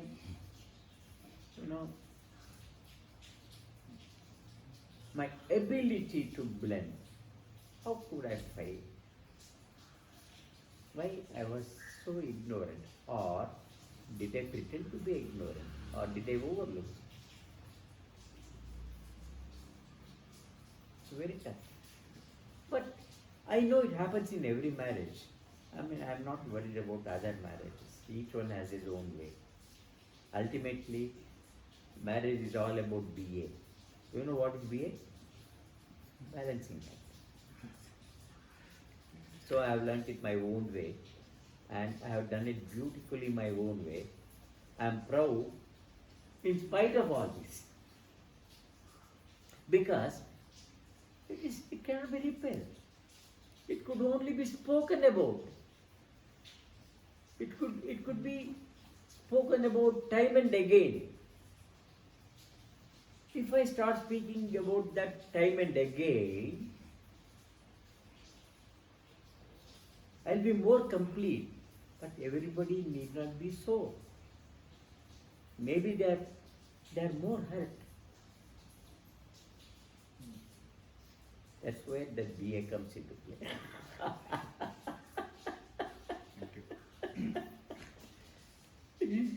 So I truly appreciate that. I truly appreciate it. No two words. No acting, no pretense. Very honest. So how many children you have and you have grandchildren should be? A boy. What do they do? Yeah, I have one boy. His name is Gurudhav. And he was born in 1975. Now he's 45. And he's a BCom, an ICWA, and an MBA from ICFI.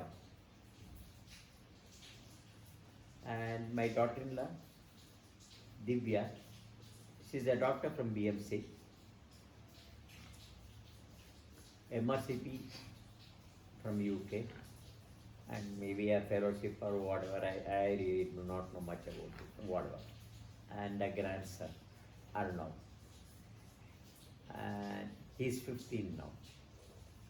And the nice coincidence is my son and a grandson, they were born on the same day, exactly 30 years apart. Which date? 75, 12th August, 2005, 12th August. Okay.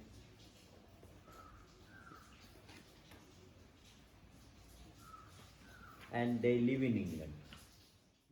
Sir, while I was talking to you earlier, multiple times you mentioned the word library, telling that while you were describing about your career that you started a library, and you also mentioned that you had a very great inclination towards English language and also books as well. But what made you to actually start a library, and was there any good reason for you to start library? I understand you are still running it even today. Can you just tell us something about your library and how it all started? You want something or whole thing? I mean, it's always been, to be honest with you, Raghavendra, I'll be waiting for these kind of opportunities when people question about my library. I do not know, I mean, I go all out to share everything about my library to anybody, thanks to my passion. Why I open my library? It's a big question and it's a beautiful question. Way back in 76,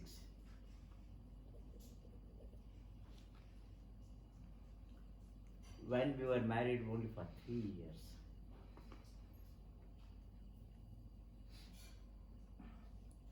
and the kind of family we had, me, my wife, my parents, 2 of my sisters, and a brother, and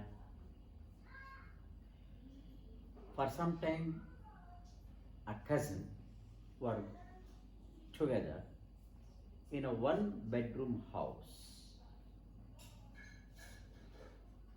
on 26 B Main, Jayanagar 94.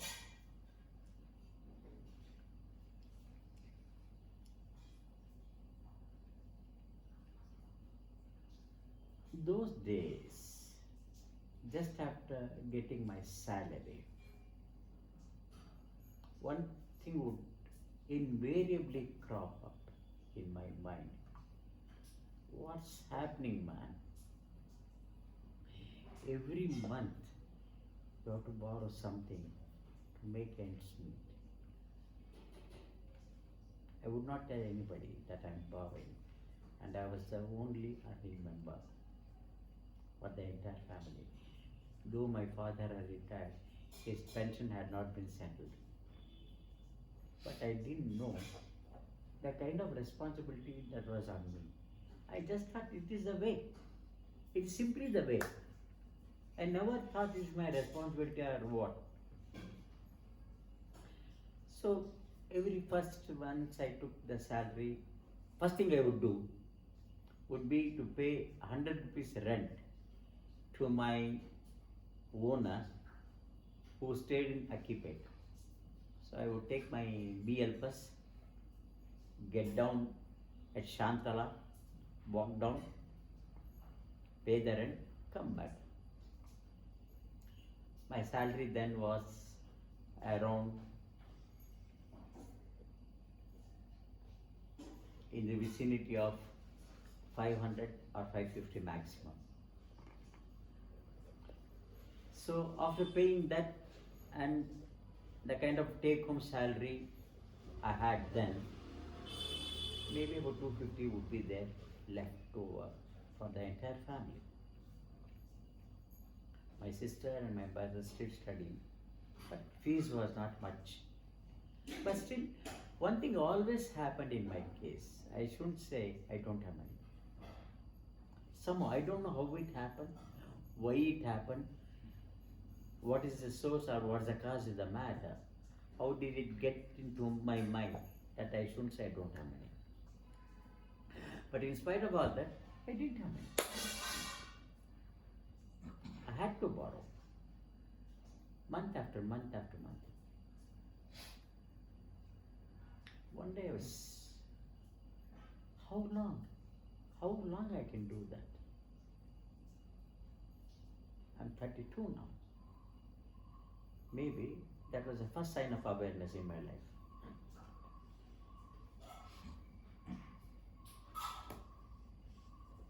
And I kept questioning myself later on. My son was hardly 5 or 6 months. So these thoughts would crop up very, very regularly. Unlike other times, once in a month happening, it kept happening day after day. Then I thought I should do something. What I should do, I don't know. I really don't know what to do. I don't know the concept of business. I don't know the concept of enterprise. Only perhaps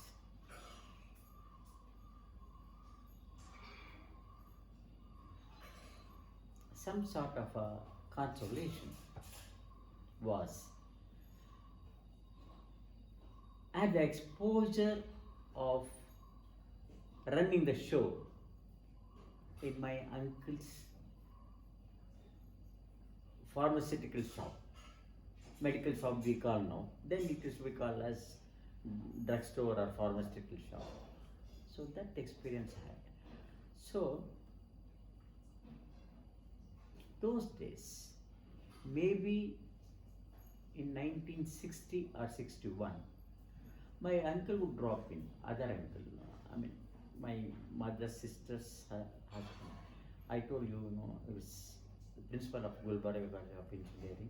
He would say, hey, you have inclination or a fascination for business, I say. Maybe he would have told casually. So I simply remembered that. So let me see what I can do. What I can do, I don't know. How much you need, I don't know. First of all, what I should do, I don't know. Later on, how much comes into play.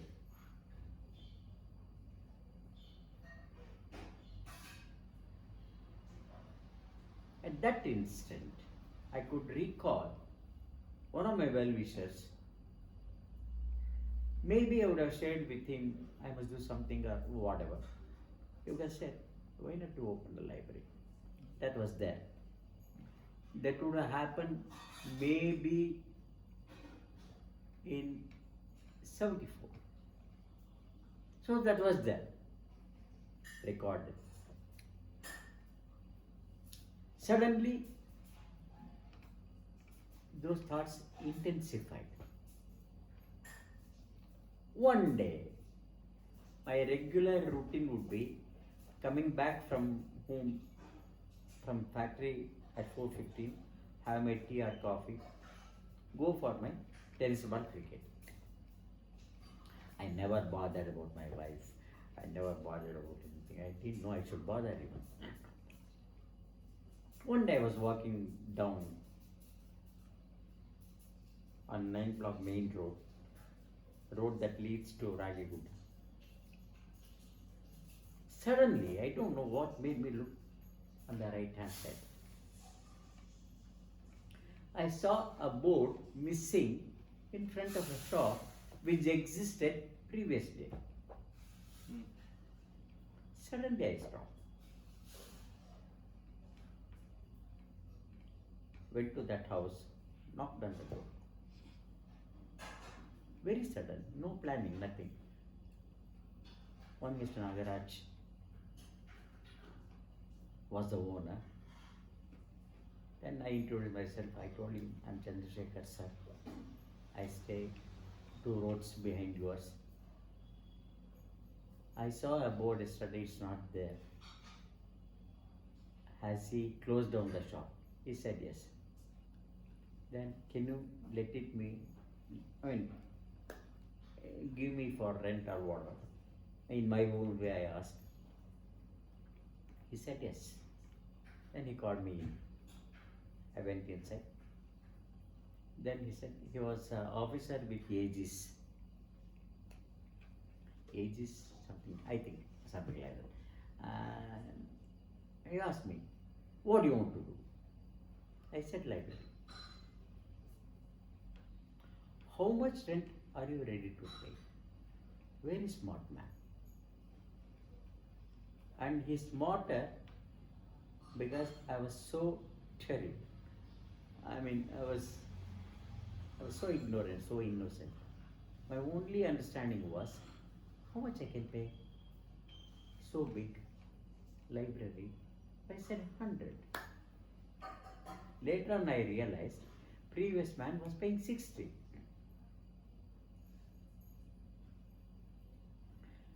He said yes. Obviously. Very, very smart man. Elderly person, maybe 10, 12 years older to me or even more. Then how much advance you going to pay? And my understanding was, I get 300, 350 to my hand, take home salary. So I said 300. And previous man was paying 150 as advance. He was, happy, and it happened in no time. So it never remained closed. Next day, a new tenant comes. Then it was 23rd May 1976. I said, yes, I'm going to pay you advance on 1st. It was the first month I didn't want to pay the rent on that day. So I came back home. No, before that, after talking to him, I went home and said, I'm opening a library. Everybody, what library? What will you do? How do you have money? I don't know. How do you get money? I don't know. What do you know about library? I don't know. I want to open a library. Nobody discouraged me. That was the beauty. Maybe they did not agree the way I wanted them to agree. Even that I don't know. At least they didn't discourage me. They said, okay. So, next day or 2 days later, when I went to factory, first thing I did was, I asked 2 of my cousins, distant cousins, and very good friends, more than that. One Sundaresh, I won't take their names. One Sundaresh and one Ramananda. Ramananda is in America.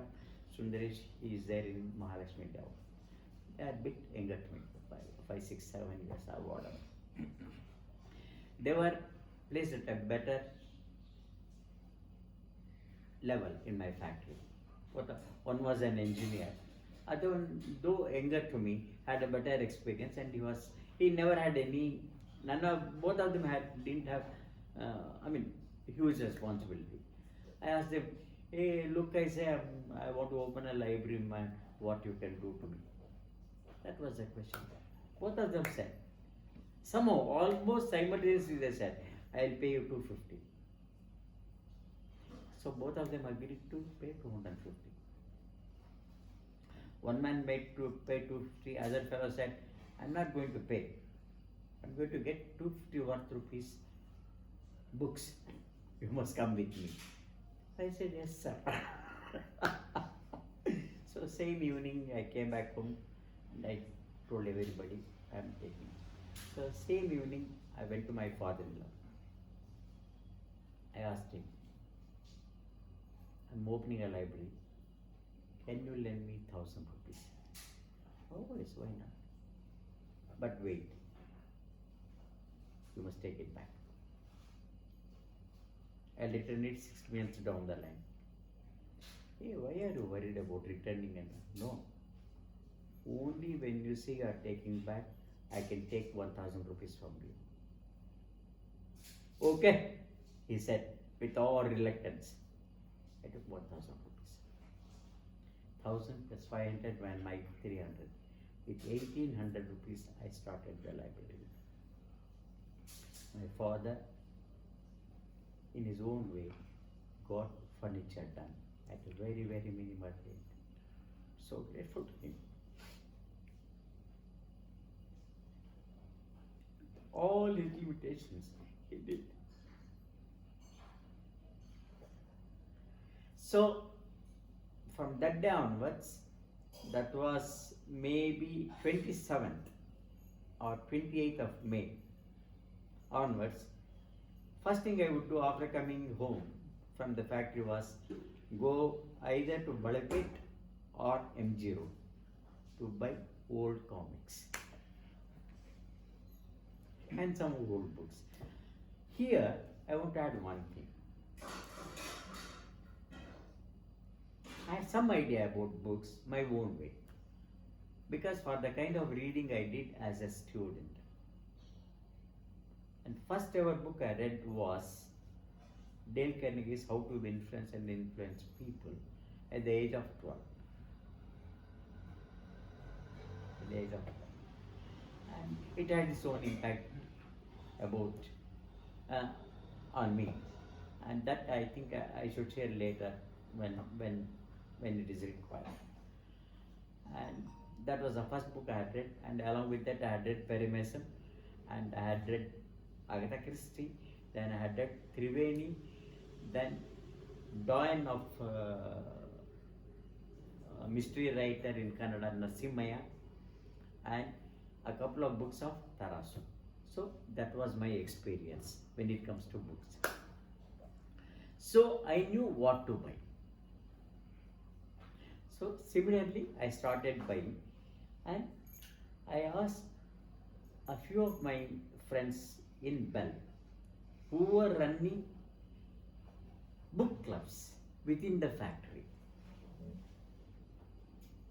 There used to be one Krishna, very, very nice man. He helped me to get the right authors. So some help I got from him. So from that day onwards, I started buying. So I accumulated 169 books.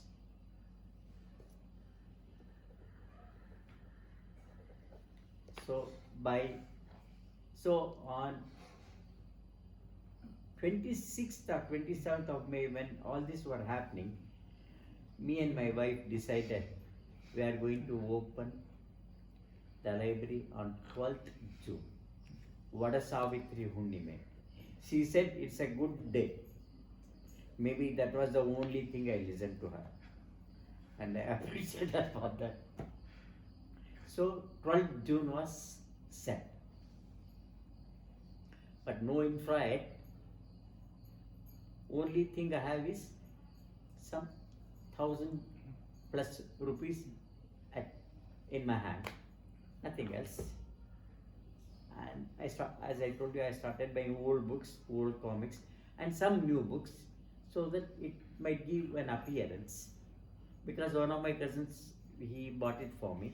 They were new, and a couple of new English books I bought, whatever were popular then, along with old books. So on 12th June, we wanted to start. Before that, that's where I told you, Raghavendra, while talking about BL, my experience counted.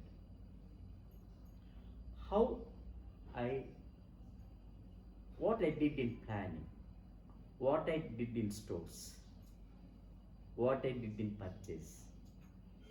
Incidentally, all three are service sectors. Library again is a service sector. It is a store, it is a purchase, it is a planning. I could do my own way. My own way. I didn't say anywhere. I just thought, let me have a register. In that I'll write down the names. Let me have a book wherein I write down all the books, whatever I have bought. And I thank my wife, her sister, her younger sister. They did the job for me. They wrote down all books, their prices, their authors. So it was all recorded. So how to charge? I was a bloody fool there. Even if I had charged 5 or 10 rupees, nobody would have bothered. I thought, I should be very reasonable. I don't know why. I said, it is 3 rupees per month.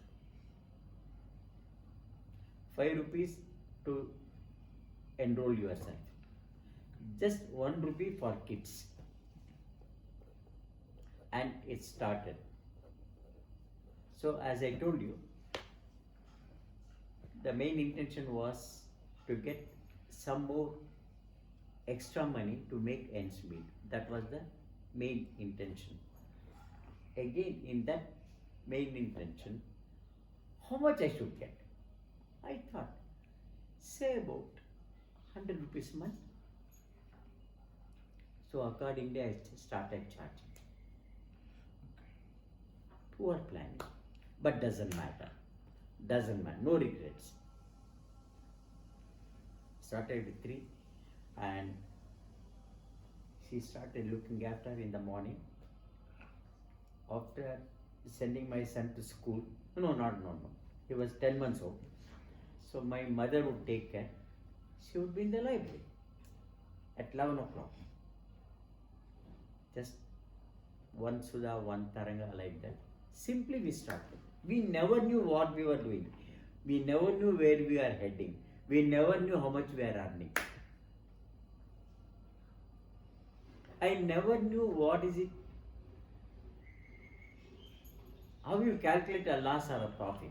In the sense, I thought, supposing I get 150 rupees during first month, 100 rupees will go for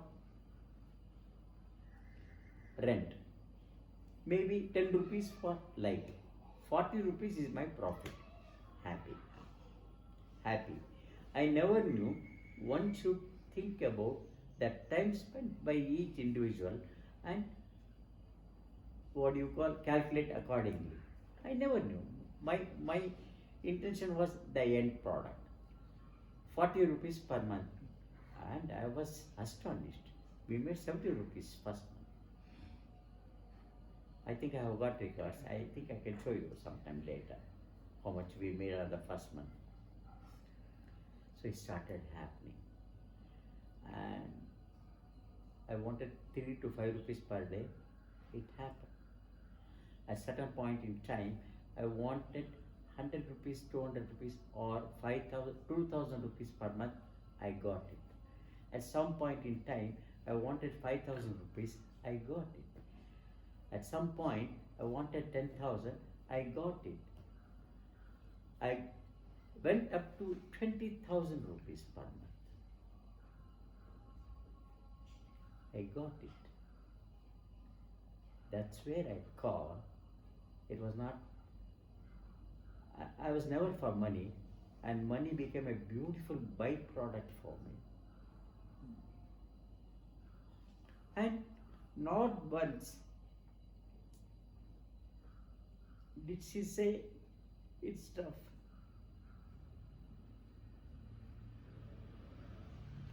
Not once did I think it was an effort. I always call it as a joyful effort. When people ask me, how come you are running for so many years, 44 years with these kind of returns? I would ask him, so what?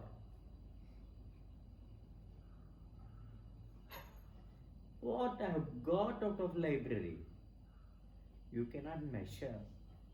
It's so invaluable. So that's how it started. Now it's going to be 45 years. Okay. Looking forward for 50th year celebration. It's going to be a big event, Okay. I presume. So that's about my starting of the library. Further, anything about the library, if you want me to share, I've got a lot to share. Sir, you touched upon how did you do your library and what made you to uh, start a library, and you also touched upon how much did you kept earning as well. Looks like money wasn't, of course it was a factor, but it was not a big factor. But I'm interested to know what did keep you to run your library and continue even today.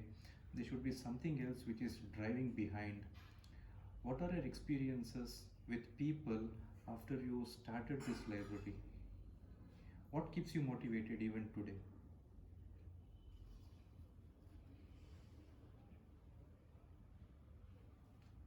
It's a brilliant question, Raghavendra.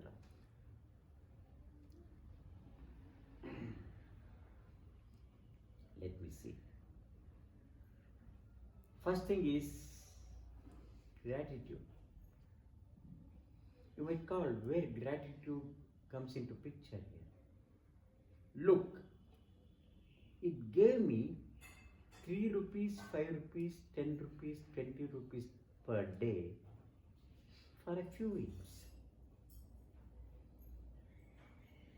And it gave me when it mattered most. How I have been looking at life, I do not know to what extent I am right or accurate or whatever.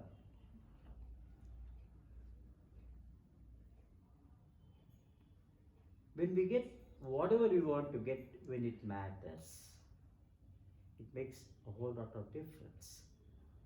Instead of getting much more when it is not required. Whatever I got, it met my necessities. And that was the intention of opening my library. It started happening. Then I thought, why not I continue? I didn't know how to close. I didn't know how to say thank you. When it could not happen, when it was 5-year-old, how can it happen at 45?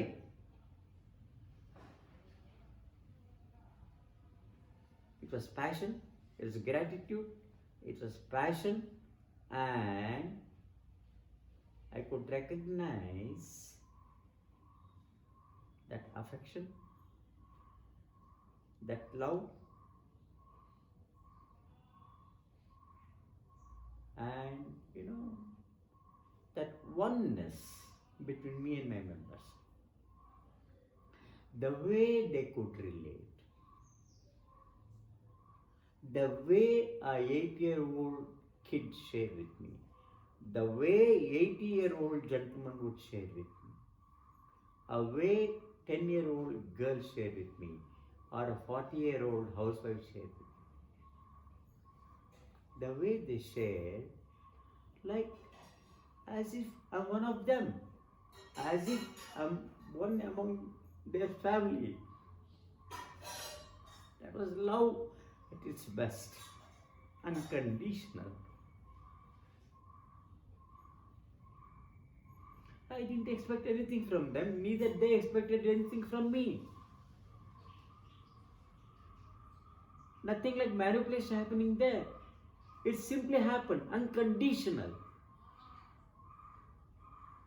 And I recognize it without knowing I am recognizing it. No conscious awareness. Only thing I would see, I was enjoying. I could see they enjoying their own way. And there would be time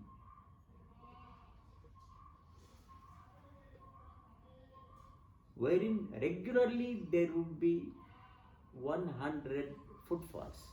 regularly, every day, morning and evening. Morning, my wife would be there, and once I took voluntary in '96, I would be there both times. That's where perhaps I could have been more generous to her. I should have asked her to continue in the morning, and I could have done something else. That is different. But still, at some point in time, I want to add here, though maybe it's a bit out of context, I did injustice to her. I want to apologize for that. And this is a platform for me to apologize. I should have asked her to continue. She felt let down.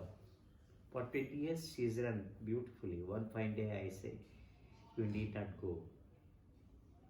I was so insensitive, so arrogant.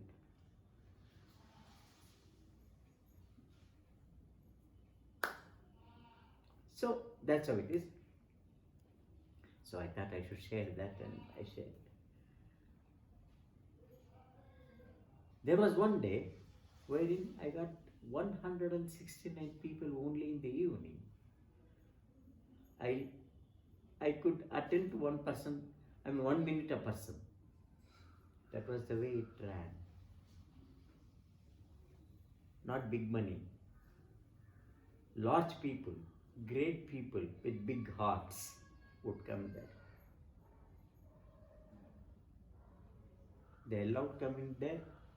I allowed their coming to me. It was so mutual. There would be instances wherein 10 would be outside, talking or chatting, more than 15 around me, day in, day out. Each talking or interacting with me simultaneously, even 5-6 people every time. No, it's simply love, I don't know how I handled. And it was a beautiful, beautiful experience. And it happened year after year. Till such time, advent of these phones and TVs and all. But no regrets. That's the way it evolves and life evolves. And I have no regrets. And I don't have complaint. Because, everything has its own time limit or whatever. It keeps changing. So I accept it. Again, coming back. They coming day in, day out, and I told you, invariably they would say, hello Chandu, hi uncle, ingidyo, all kind of things, Every day would be, I would say, you made my day. Every day. Kind of smile, kind of laughter. The way they would interact, the way they would share with me. Uncle, I got 89%. Beautiful. I got a seat in BMS. Lovely. One fellow comes. You don't believe me. I can't forget that day. One Srinivasan. We call him Chellappa. IIT topper. Very, very close to me. He comes and tells me, Uncle, still I haven't told Amma, Appa. I'm telling you, I got in MIT. That was my members. Somebody comes and says, Uncle, I told you, no? I'm trying to choose between Ahmedabad and Bangalore. Thankfully, I got in Bangalore, IIM. Somebody, one young kid comes. I know, when it comes, she's come to show her dress. I'll say, wow! You could see the smile. Children taught me. Everybody taught me. Whatever I am today, thanks to them. So much. Without a price. Without asking for.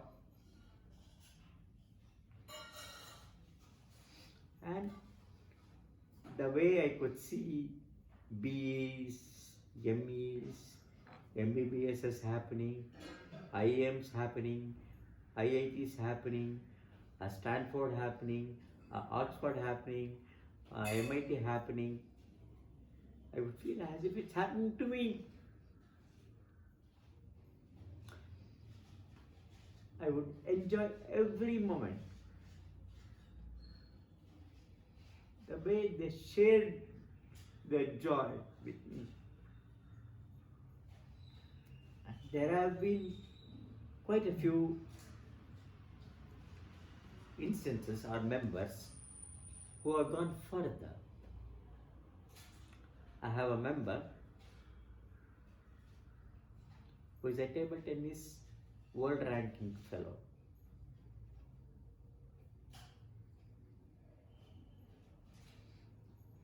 There is one person who is American cricket coach and former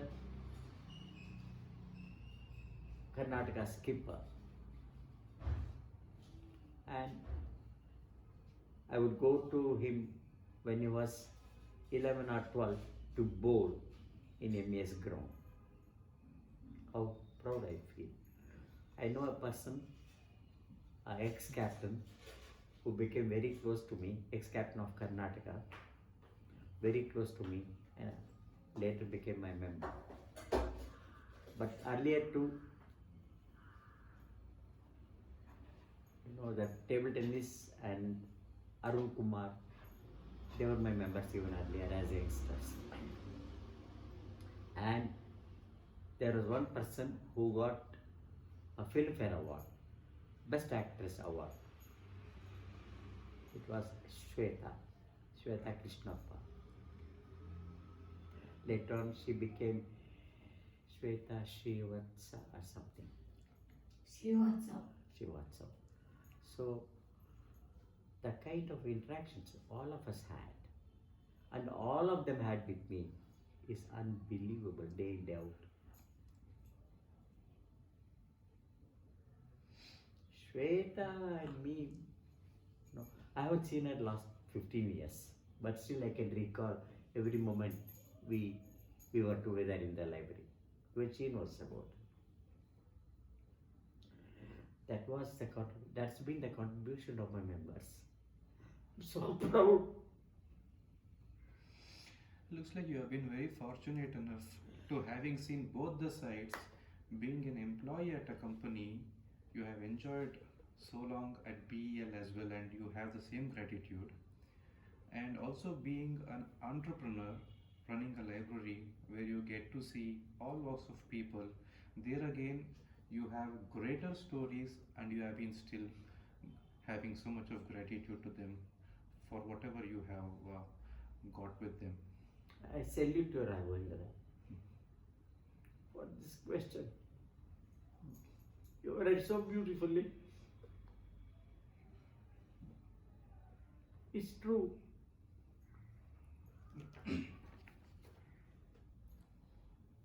Absolutely true.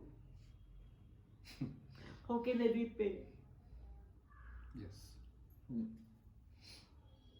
Since you have seen so much of different varieties of people over a period of time, probably I can say almost 6 or 7 decades, combined with your working association with BL and also your own entrepreneurship, what's some of the changes you have noticed in the society people around you undergo in terms of culture and lifestyle over the last few decades? Not specifically with your members, but generally as a question. I think it's a very tricky question, and it would have a whole lot of answers.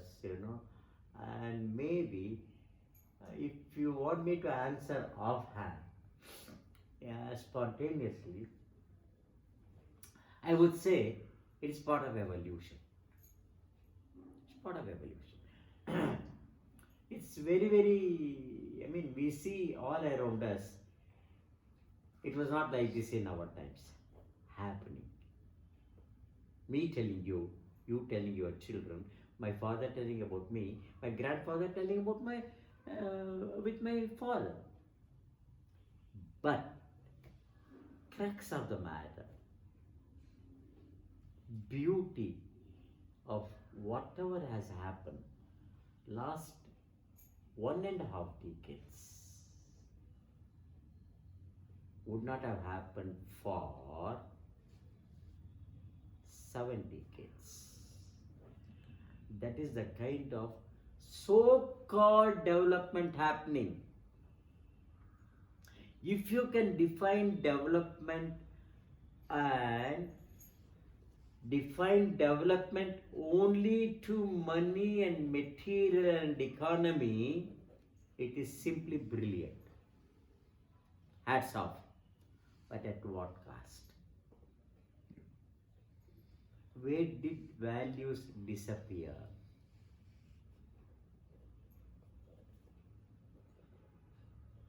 Where did relationships disappear?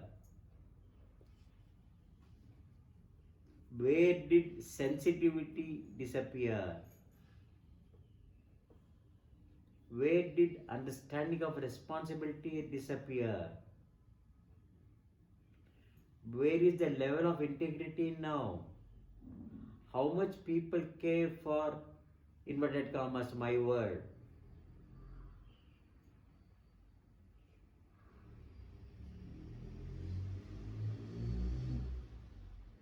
It's always been, do what I say, don't do what I do. It's only preaching all the way. It never happened. It never happened earlier. At least we were fortunate. It never happened. We never knew good things were happening around us. We didn't even know that. We didn't know. It simply would happen. Since not much of bad would happen, we are what we are today. I don't know how much good happened. Undoubtedly less of bad things happened. And our exposure to that was so minimal or limited and almost to nothingness. That made all the difference. So we need not be proud or arrogant about it. Be proud, we are fortunate. Yes. It simply happened. We need not take any credit for that. I don't see our elders' contribution to that, honestly. Honestly, no. They were into their own life. They believed only in preaching. I would not generalize, majority. Even today, I hope how do you keep in touch with your members? Even people today come to you with the same number. That's one thing. And they would like to know how is your typical day today at your retirement, and you seems to be touchwood. You seem to be very good at maintaining your fitness and also health. What is the secret of that? If you can just share us. I would not call it a secret. It simply happened. And it will happen to anybody. It's just a possibility. At some point in time, with all my ignorance, with all my innocence, when I blend it, I call it as innocence, combination of innocence and ignorance. My life happened. It's been always instinctive. Only at a certain point in time, after 30, maybe at 45, 50, I started noticing I am living pretty well for myself, on my terms. At the same time, my intention has never been to hurt somebody. So good, pat your back. That was me. Maybe a Tendulkar or a Dravid would get that kind of an insight at the age of 17 or 20. I got at 50. That is one thing. Again, there is nothing like this. Yeah. So it's a good question. I really anticipated it at some point in time.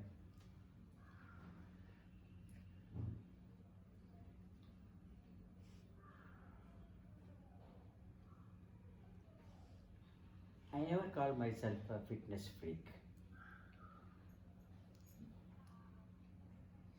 And whatever I am today is not been conscious. It has simply happened. In the hindsight, when I look back, why I am the way I am, physically, that is when it comes to fitness, and in general, even mentally and emotionally or whatever. So, for me, when I said I live for myself, I mean from the perspective I do what I enjoy, that I enjoy what I do.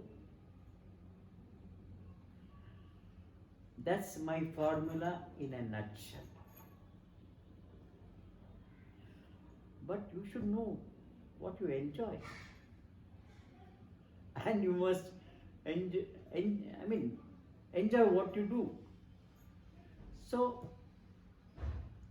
it has evolved over a period of time.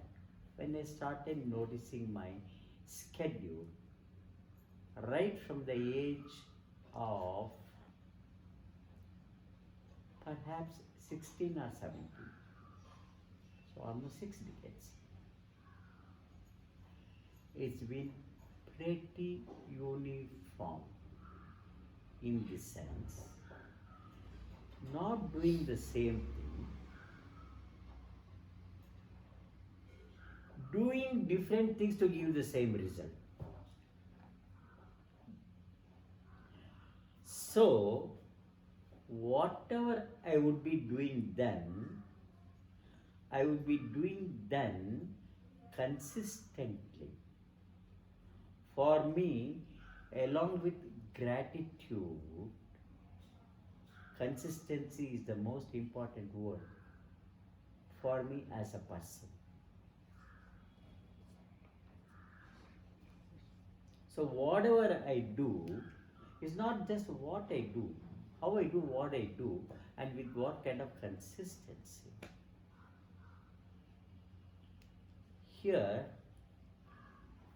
I feel proud in this context to tell, apart from talking about how come I'm pretty fit according to you, I spoke about consistency.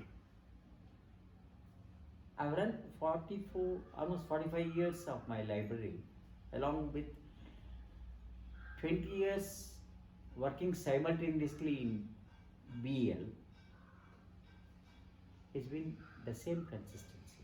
I've done perhaps even if it could be very, very conservative, at 99% consistency. I thank her for that. Thank my wife for that. So come what may, I'm there in the library at 5:30. So for me, to keep myself fit the way I'm fit, there are a whole lot of activities, and I term them come what may. I call them as come what may activities. So it happens. Never at others' cost. It's only, I'm comfortable doing that. Get up 6 o'clock in the morning, pray your own way. First thing you do, switch on the radio. Come what may. Do your regular whatever. 3 glasses of water, come what may. Immediately 1 glass of beautiful, lovely coffee. I call my whatever I make as lovely. I'm not worried how I'm just saying. Lovely coffee, I look forward for it. Day in, day out. Not one day has gone by when I have not looked forward for my coffee. So whatever I do, When I'm at something, thinking about my next activity, I look forward for that. It is never an ordeal for me. Do you know why? I'm doing it by choice. Here my choice comes into play. Nobody has told me. Nobody has told me. Again, how I change my comportment? When I listen to something, when I see something, when I read something, once I feel, it is worth experimenting, I squeeze in that activity. That squeezing in or eliminating, they keep happening. Now, for the past 1 month, in spite of her resistance and her reluctance, I drink water every time I drink. I mean, it's already boiled water, but further heat it and drink, come what may.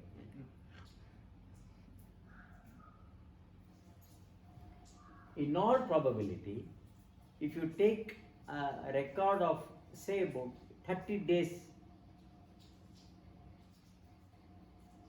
thoroughly, you would hardly see me having my first gulp of my breakfast not later than between 10 and 10:05, come what may. I don't plan. I promise you I don't plan. It happens.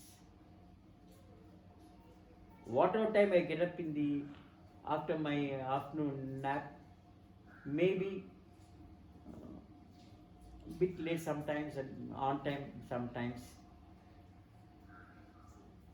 5:28 I leave my house. In all probability, possibilities of becoming 5:31, 5:26 very rare. Not that I should do.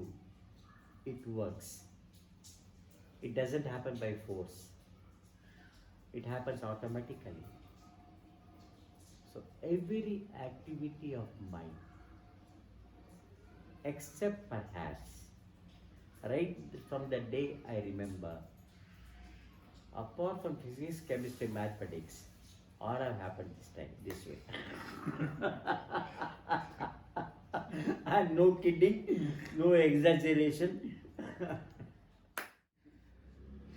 Sir, how do you feel about the partition days or probably independence? If you think now, what is your opinion or what first things comes to you about this? To be very honest with you, the kind of environment I had at home or in and around me those days, there was not much.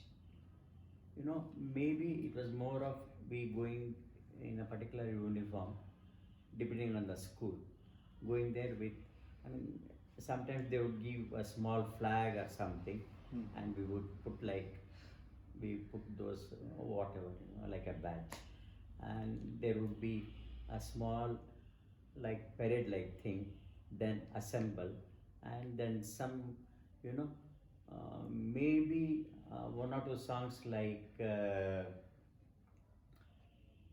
Devi Bhuvana Mana Mohini may be there, and one more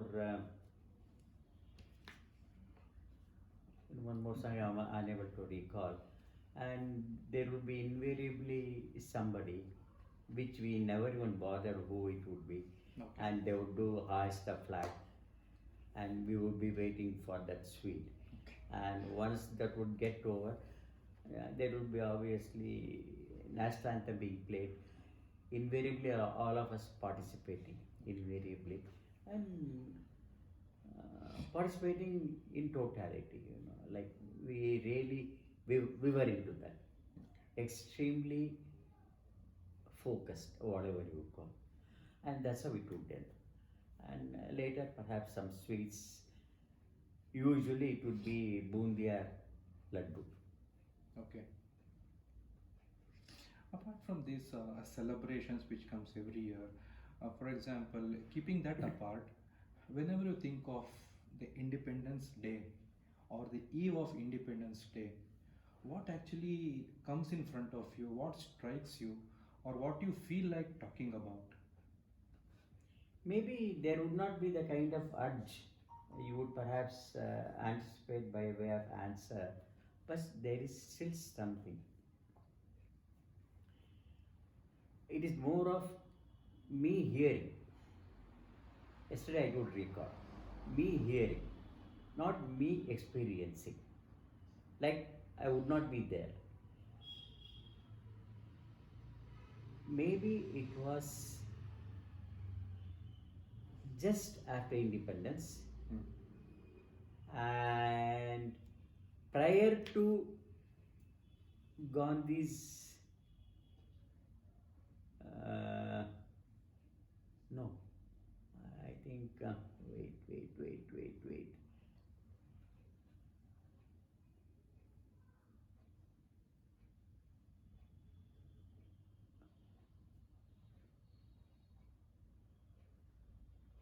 I think it was perhaps just before independence, and my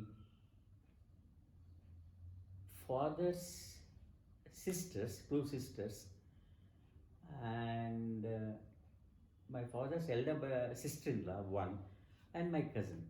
All of them, it seems, they wore white sari, all of them, and they were bought by my uncle, my father's elder brother, and it seems my grandfather encouraged them, and they walked from NR Colony to MG Road, shouting slogans and all.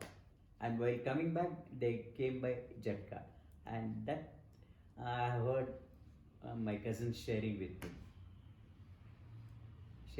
me, and she was hardly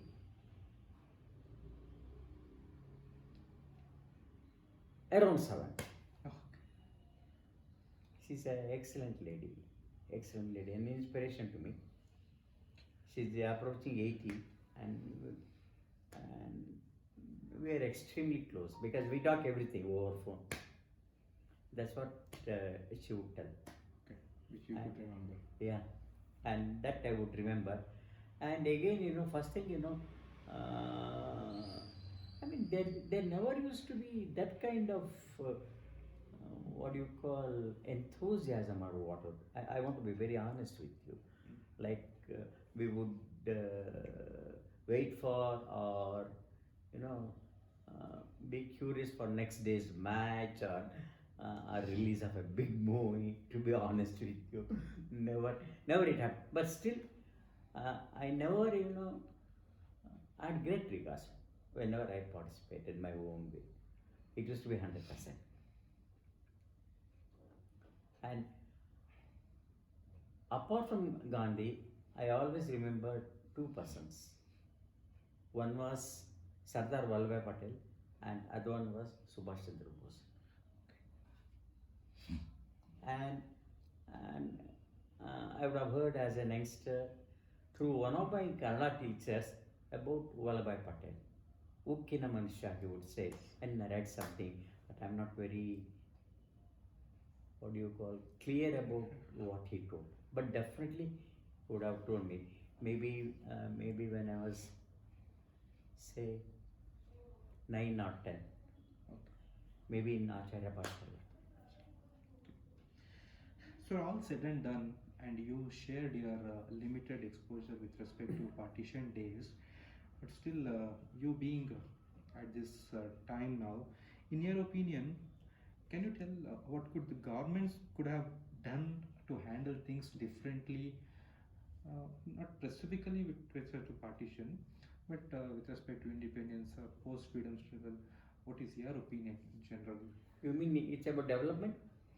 Or the way, I mean, I didn't get the meaning of how they could have handled. I didn't get. Probably this partition itself. How could the governments would have handled the partition struggle? There was not many mishaps.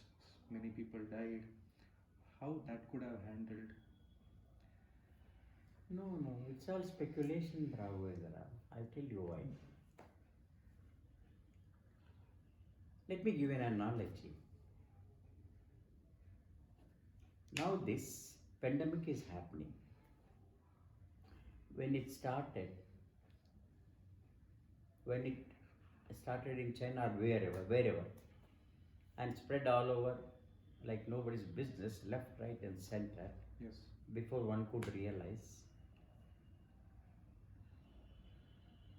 Doctors or scientists or people who are experts with respect to pandemics, they all had some sort of a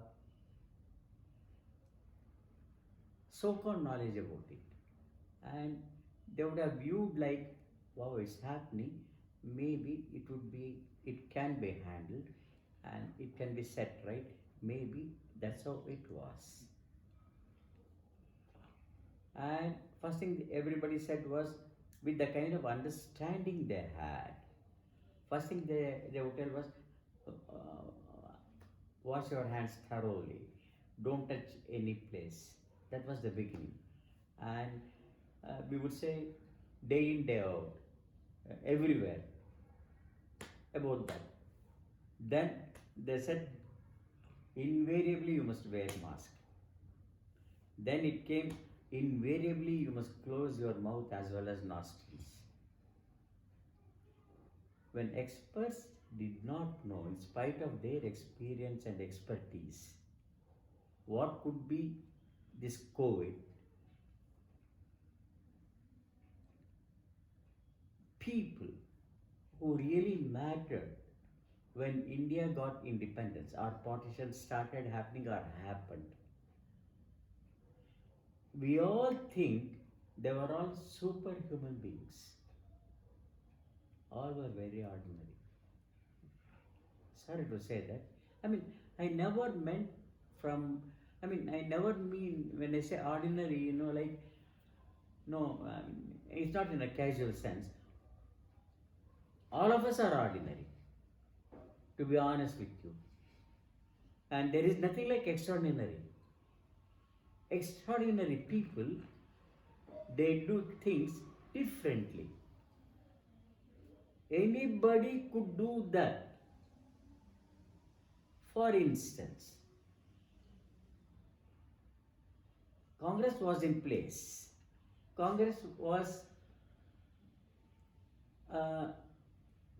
at the center of the entire activities or struggle. Nobody else. And it was so huge, other entities were totally ignored. It was just power. It was just power.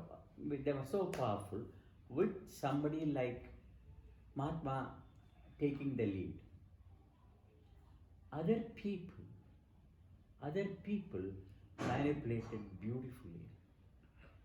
Right person perhaps did not get the right duty to execute. He was not asked, or he was not consulted, or he was not taken into confidence. There were people who were much more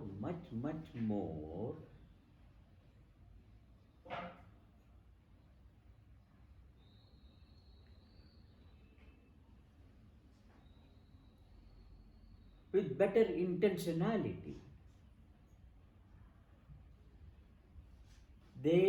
Their intention was, what we see, it is my perspective again, what we see, the kind of intention, the intensity of intention we see in Modi. There were people, and people's know-how or so-called knowledge or thinking was such, they would not think beyond themselves. All of them had some personal agenda or the other, invariably. It could be money, it could be the growth of the family, it could be growth of a culture, it could be snubbing a culture. And not everybody were united or unanimous. Everything was imposed. Everything was imposed because most of them thought other person is better informed or well informed. We are not capable. We are there only to listen. That's where people like, I don't know to what extent I'm accurate, people like Nehru and some of his Kotari, they surfaced. Mahatma being Mahatma had his own limitations. In all probability, I'm nobody to say with conviction or authority, in all probability, he was manipulated. Obviously, results would be proportional to the honest efforts. Undoubtedly, efforts were there that would have been more constructive, more honest, much more intentional, much more compassionate. Maybe on the hindsight, I mean, this is what I can infer. I don't know. So how do you think your life is today? By hearing to your story, I feel that you have thoroughly enjoyed your life. If you look back, can you just think how has your life evolved from starting till now? What do you like to say? I can talk for hours, and it could amount to bragging, it could amount to sharing, but at the same time, I can keep it, like, I mean, as briefly as possible, my own way.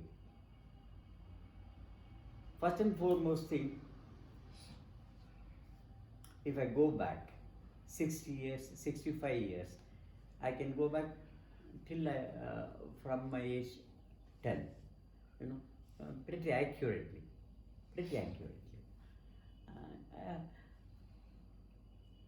I always took, I always saw something, I simply accepted, whether it is a person and or my involvement with the game or with friends, and I would never have any opinions about them. Not that I don't know how youngsters would have. At least I didn't have. And I have never had that. Till perhaps I understood what is it like to think ill about others. Maybe it took many years. That is one way. Again, right from the time I remember, first I was involved with sports even then, even at the age of 7, when my uncle, my father's younger brother, would call me, "Come on Chandu, I'm going to test you." And he would test me or my so-called knowledge about whatever he would ask. "Sit down." So we would squat on the floor and he would say, "Come on, we'll start." What Bradman? Don Bradman. What Hutton? Len Hutton. What Compton? Dennis Compton. Like that. What Amarnath? Lala Amarnath. What Hazare? Vijay Hazare. So that would go on. And all others would say, "Wow, I never knew what I was doing." And my uncle would be so proud of me. So there I saw, they like whatever I do. Maybe that was the starting point. Then I would listen to commentary in 1950. or 51, and neighbors or somebody who would come, my uncle or my father would say, "Hey, ask Chandu the score, he's listening to commentary." And I would tell them, and I understood, even they appreciated me. So when I went to school, I participated in a few competitions. I was the only guy, and one more girl, uh, and that's it. Again, I thought, they are giving me some importance. So I started. I thought that was the way. And then I went to middle school, wherein my activities were very limited, confined to bugri, gilli dandu, and goli. Big way, big way. And the way we played, unbelievable. And there used to be a game called Bacha, wherein you put matches or a cigarette pack, whatever, and play that. All those things we enjoyed. Then came the first turning point in my life when I was introduced to cricket as cricket, not theory, not just your what you call commentary or what. So I played cricket maybe at the age of 10 or 9, first time, and I was simply, I don't know what happened, what came into me. That's happening for last 60 years, same way with same kind of intensity. That passion started happening. So I started playing cricket my own way. And first time I played some kind of competitive cricket was when we were in Wilson Garden at the age of 11. And from tennis ball cricket, it evolved to leather ball cricket. And one game we played in National College grounds against two top players who played for Karnataka later, and also they became my friends, much older. One was Rajgopal and the other one was LP Shah. And we played leather ball, and all of us, we were heroes in Wilson Garden that day. So that's how my cricket started. From then onwards, and when it comes to my academics, I don't even remember how much did I score. At least I remember I simply got to next class. That about I never knew. I never knew what I was studying. I would go there I would go write exam and play and play. Even that play, no expertise. Play for the heck of it. Enjoying it. Any game. So it was actually, now what I see is plenty of activities in majority of lives. They revolve around money. They revolve around activities to make money. So everything is around money. Then we never knew. It was all, every activity of mine would revolve around sports. Without me knowing, it started happening. So from there, it is high school. From high school, I started playing. We had a team in Mysore, say in 1960. And before that, I used to be somehow, as I told you a couple of times, apart from physics, chemistry, and all, except for English, nothing else I would love, I would appreciate, or I would enjoy. I would never enjoy. One book I simply found in my house, which later on I realized it was given by my uncle here, Dixit, and it was called How to Win Friends and Influence People by Dale Carnegie. That was my first ever English book. I was only 12 then. Nearly 13.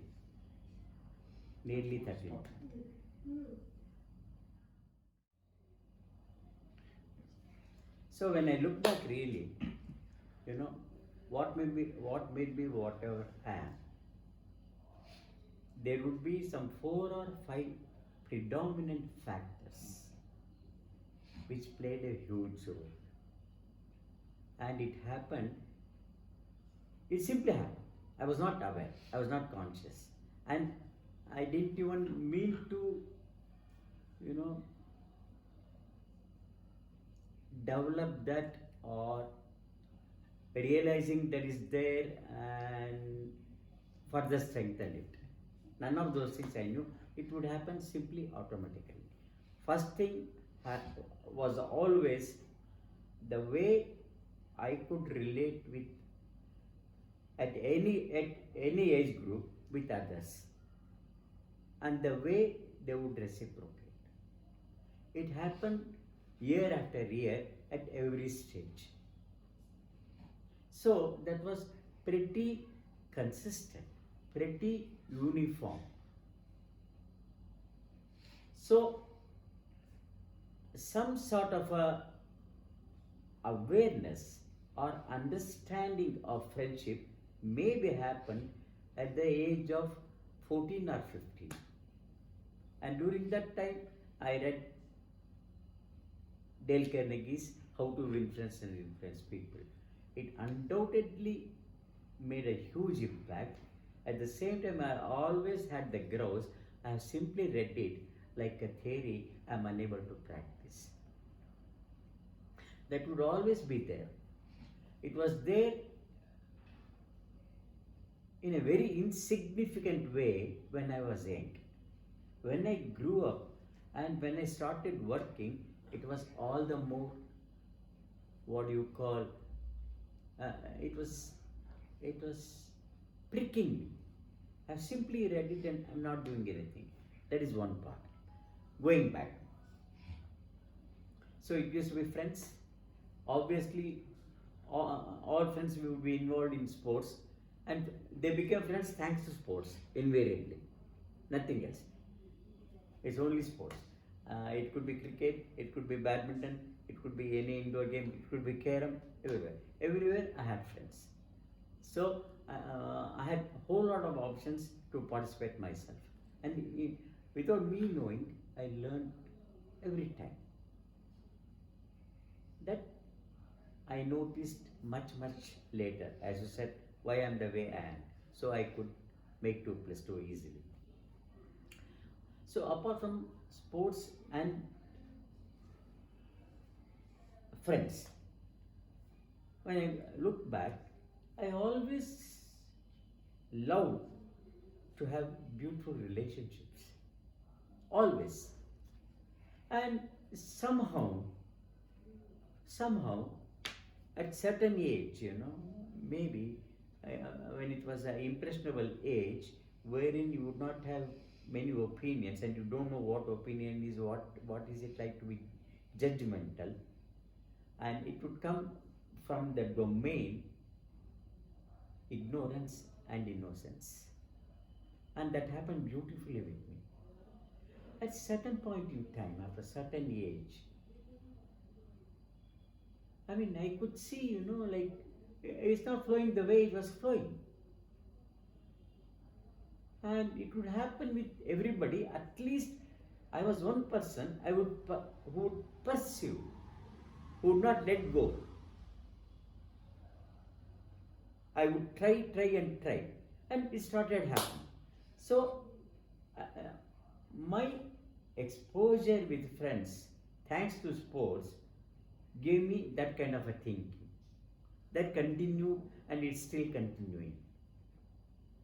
Maybe there would be instances, maybe there would be certain circumstances wherein I would have felt, now and then, am I going overboard?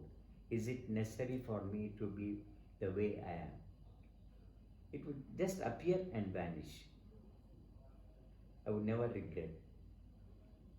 And when these things would happen, there would be some more thoughts, Again, that helped me to evolve. Like, how come? Where credit is due, it's not given. Where discredit is due, people go gaga. and they so easily give discredit where it doesn't exist. They unnecessarily make you wrong or whatever. All these thoughts would come, but I would simply ignore. Since I started ignoring, my growth was always, I would not say, growth was happening, at least it was consistent. I would not go back. I would not think about being different. And those kind of things undoubtedly helped me in all my relationships. But for a couple of them here and there, maybe even there, I could be graceful enough or gracious enough to take responsibility. That's how I see life. Still, in spite of whatever I am or whatever one is, all of us are human. That ego part is there. That maybe that keeps showing up or cropping up. Maybe. Anyway, it's one part of the story. Then comes, so this kind of attitude started happening in spite of not me having the kind of credentials to whatever I would be doing. These kind of credentials help me to nullify or compensate for visible credentials. That is, I need not be in a higher position to execute something. I need not do something that is not told, and is there a possibility me taking the responsibility without being told and deliver? It started happening. That's how it worked when I look back. And since my intentions were so very clear, nothing untowardly happened. That's how I started growing in every area. And along with that, in my own way, I would nurture these qualities, strengthen these qualities. And even that I didn't know. Apart from reading a book here and there, I would not get insights.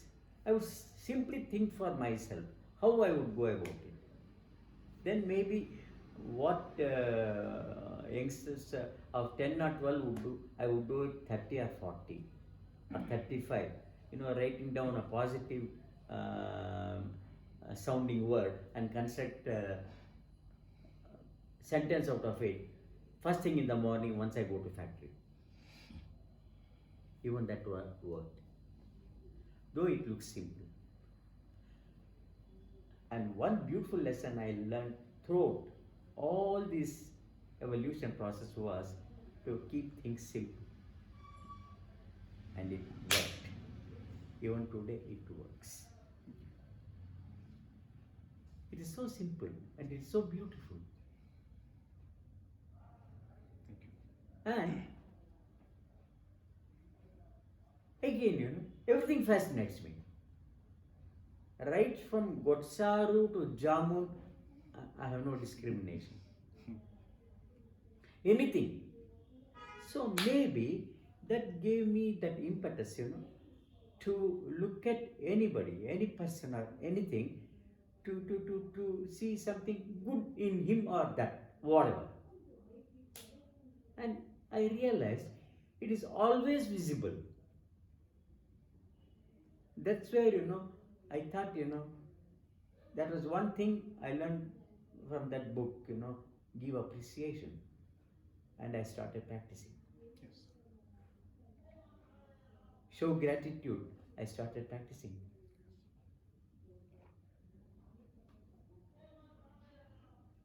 Do small things, which looks very small to everybody.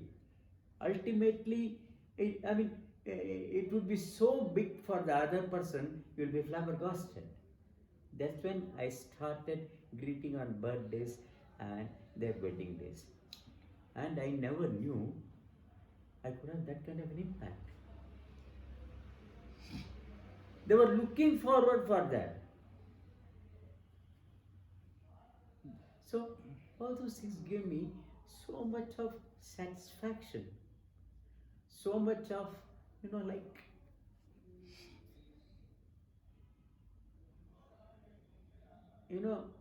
like accepting whatever I was doing has been working. So it made me accept myself the way I was. And I started noticing I was different from others. Everybody is different, that is different. But I'm significantly different. That's what I saw. But I was never arrogant. I knew. I enjoyed that. I never enjoyed it at others' cost. Yes. I never believed in ridiculing.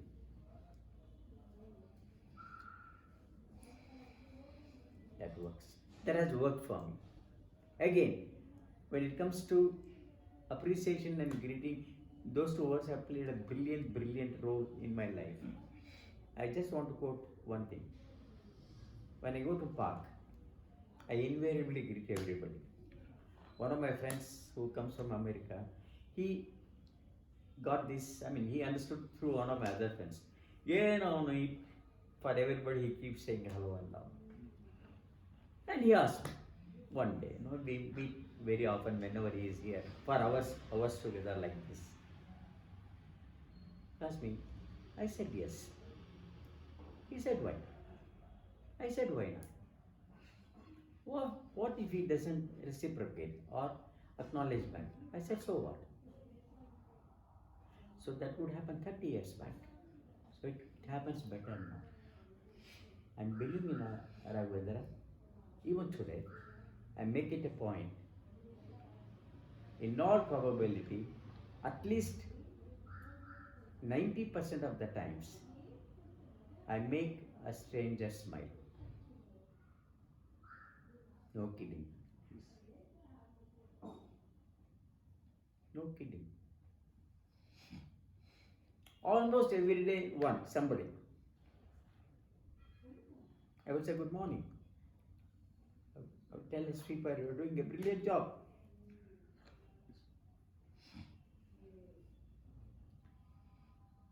That gives me, unbelievable. So much of satisfaction. It's not suave. So I have always believed in honest appreciation. It doesn't mean I don't flatter. I'll be arrogant if I know when to flatter. It is again a brilliant dimension. And how subtly and how smartly you use, it's up to you. So these things, appreciating and greeting people has played a huge difference in my life. Then next thing that comes to my mind is, how grateful should I be to people who really matter and to people who doesn't really matter much. Both of them are there. You've got to be grateful. All the more grateful to people who matter to you. For instance, how do you like somebody, a young boy of 10 or 11 running during lunch hour to his uncle's place. That's my uncle's place. And invariably, 3 of my cousins, much older to me, they are waiting for me every day, day in and day out, making a special kind of sweet chapati only for me. Day in, day out. 1 or 2 years, right from RV to home school. That was the distance I would cover. I would run. Just after eating, I would run back. Do you know why? My uncle would be waiting near the school, near Mavinkai Fellow, and he would give me 6 paise. That is half an hour. Every day he would be waiting for me. How can I forget that love? It was not big. It was not corner house. It was not pizza. It was not a movie. It was not some attire. Or it was not a shoe. Nothing. Very simple. Chapati, mavinkai. The way they enjoyed and the way they made me happy. They continued for time immemorial all my life.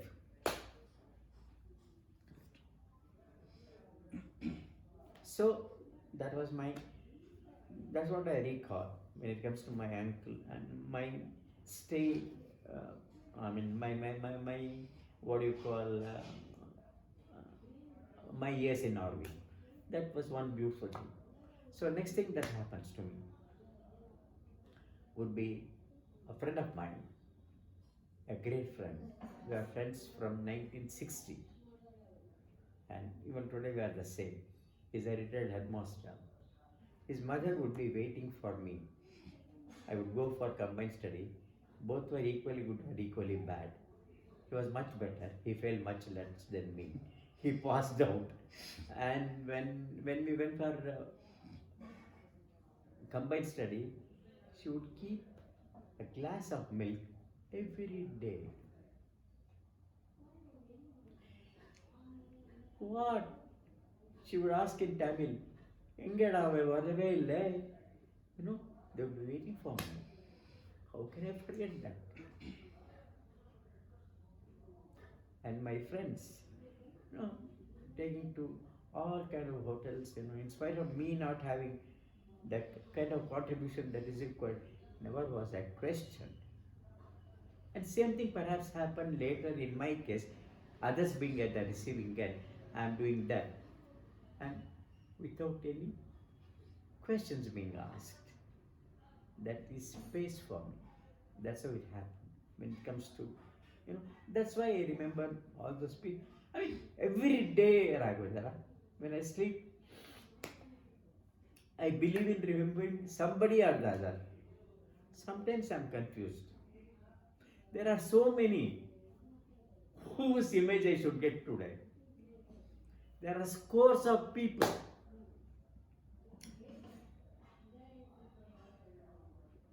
So that understanding or that dimension of life, of relating to people, made all the difference. Yes. That is eternal thing. Then when it comes to gratitude, apart from all these people, I owe a whole lot to my family.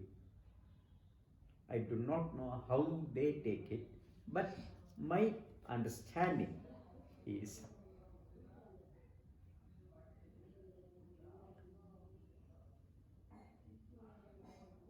the way I was not questioned in spite of my failures. Not once did they discourage. And how they could ignore. Sometimes I felt at a certain stage, were they irresponsible? I mean, were they so casual? Later on, I realized that was the way. And it played a brilliant role in my life. They not asking me made responsible to a level which doesn't happen with everybody. Maybe a bit late for obvious reasons. And the way my mother never ever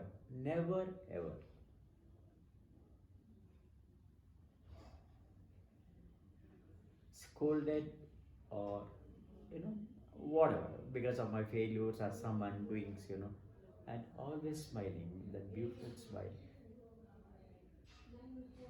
How can I forget? My father, who never bothered about money his own way. And sometimes I would have felt, what kind of a person he was. Even that day I have imbibed that. and the kind of confidence, in spite of his limitations, he could exhibit, that happened to me. And maybe it started like I was acting, pretending to be like that, but it became a part of life. So anything which becomes a part of your life, initially it will be a pretense, no doubt about it. It's got to be acting. Once you realize it works, and it works, dispassionately. So it happened. So I like that. I got that confidence from him, in spite of all the limitations. Same thing with me, in spite of all my limitations. No visible credentials, not even huge personality. Nothing. And nothing, is visible. No money. Nothing. Everything is, very ordinary. But still, I accepted that my own way without knowing I was accepting it. That was the way. That is one thing.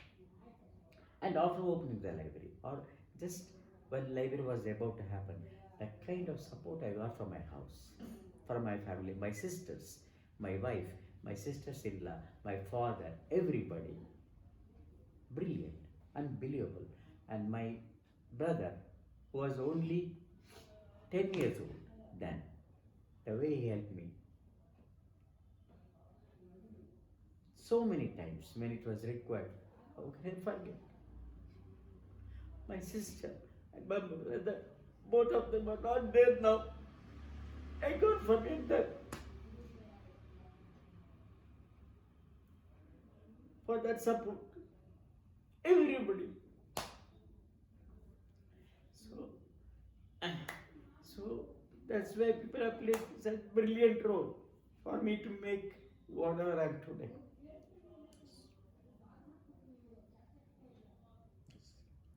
And I got a good wife. Maybe I realized it very late, my own way, like anything else. It doesn't matter. I don't have regrets. But at the same time, I never ignored. Maybe I didn't care, but I never ignored. It is so subtle. That thing is lying, ignoring it, not ignoring or whatever. So that's it as of now. So on hearing about how did you evolve, and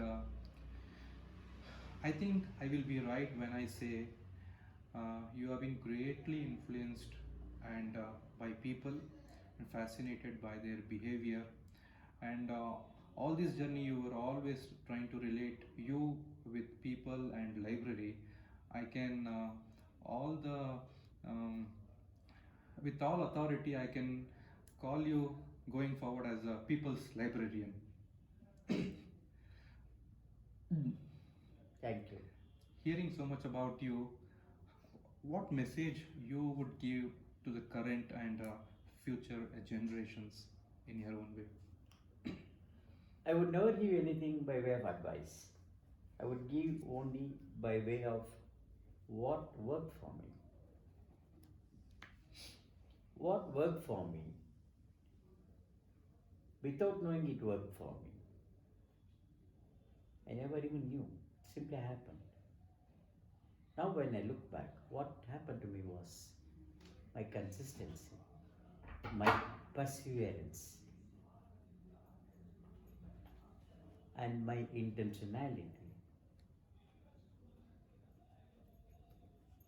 And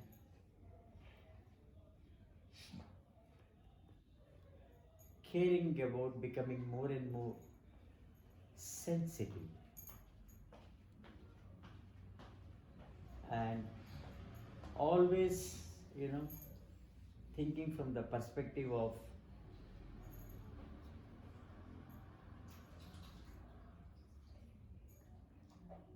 taking a responsibility, going out of the way. All these things work for me as a person, as somebody who worked for a public sector, and as a person who ran an enterprise. This is where I feel extremely, what shall I say, happy, or even if I could use the word proud, would be at the age of 76, I worked for 70 years. Do you know how? 27 years in public sector, 45 years, going to be 45, we'll say 44 years as a librarian. Both are full-time jobs. And I could do it. I could do it consistently. That's why I say it is consistency. How I could endure.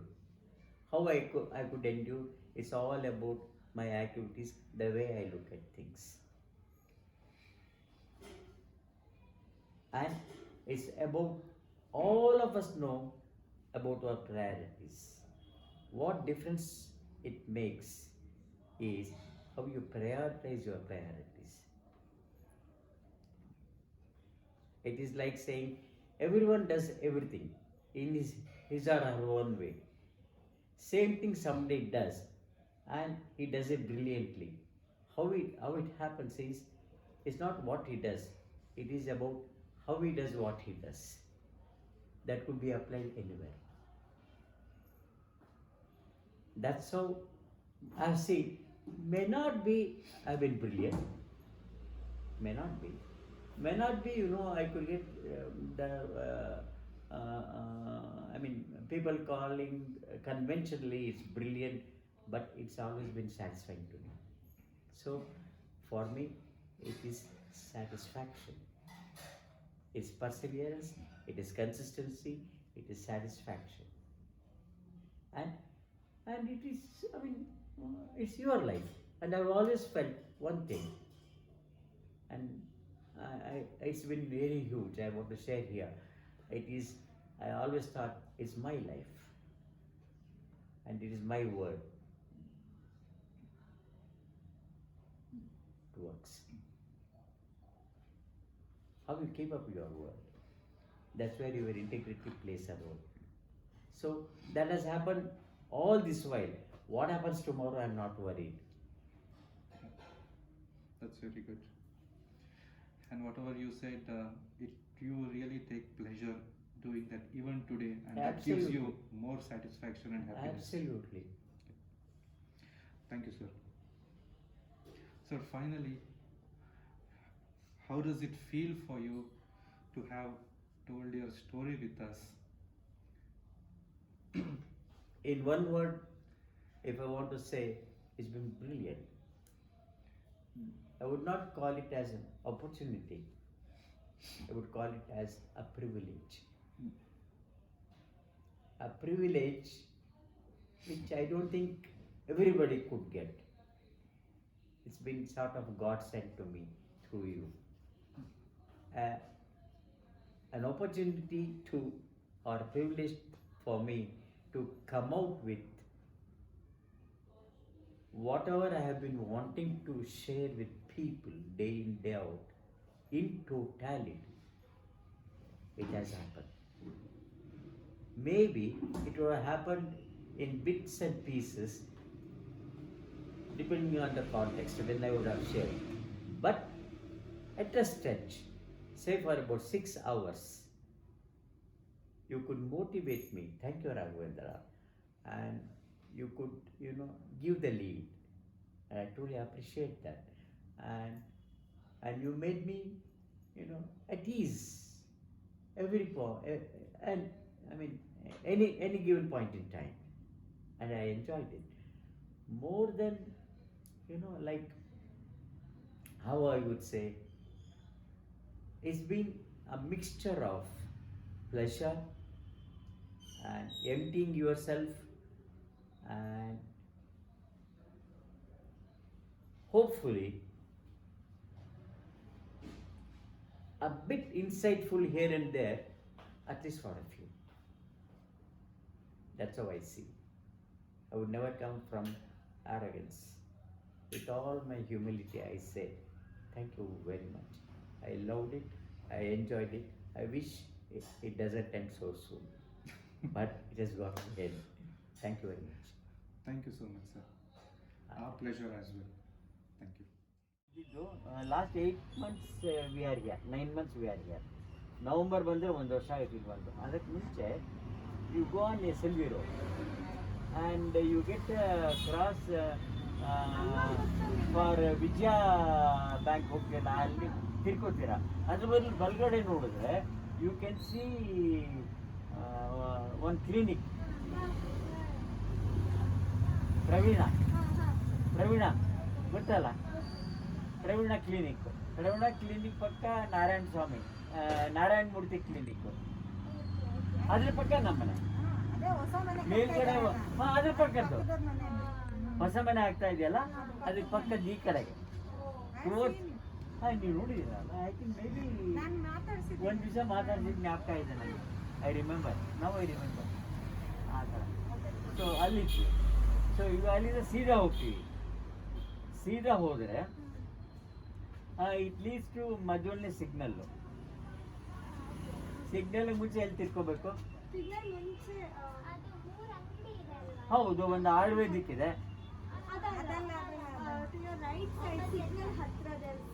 ಇದೆ ಹೌದು. 12th cross ಬರುತ್ತೆ ಅಲ್ಲಿ ಅಲ್ವಾ?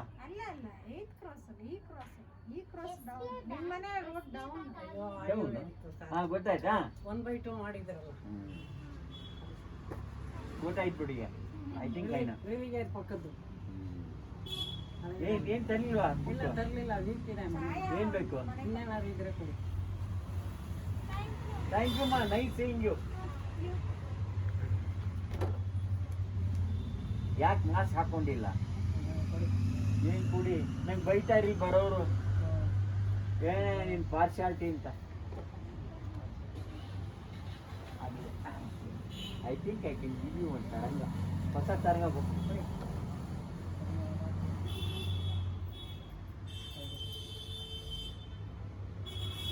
Thank you. Phone ಮಾಡಿದ್ದ Sandeep? Good.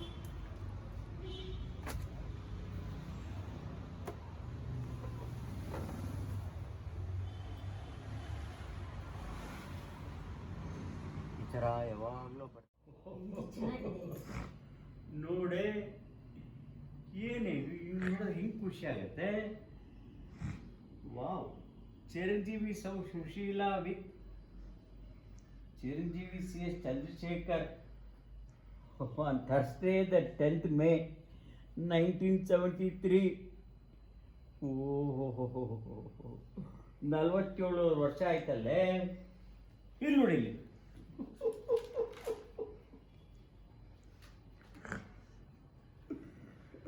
Shripad ದೀಕ್ಷಿತರ ಹೆಸರು ನಿಮ್ಮ ಅಜ್ಜಂದು. ಎಷ್ಟು simple ಆಗಿರಲ್ಲ. ನಿಮ್ಮ ಪ್ರೆಸ್ಸಲ್ಲೇ ಮಾಡಿದ್ದಾನೆ ಇದು.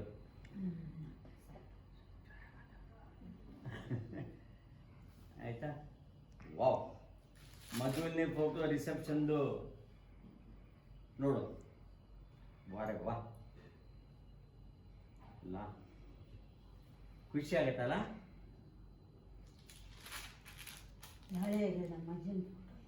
ನೋಡು, ನಿಮ್ಮ ಅಜ್ಜನ ಕಾಲು ತೊಳಿತಿರೋದು ನಿಮ್ಮಪ್ಪ ಅಮ್ಮ.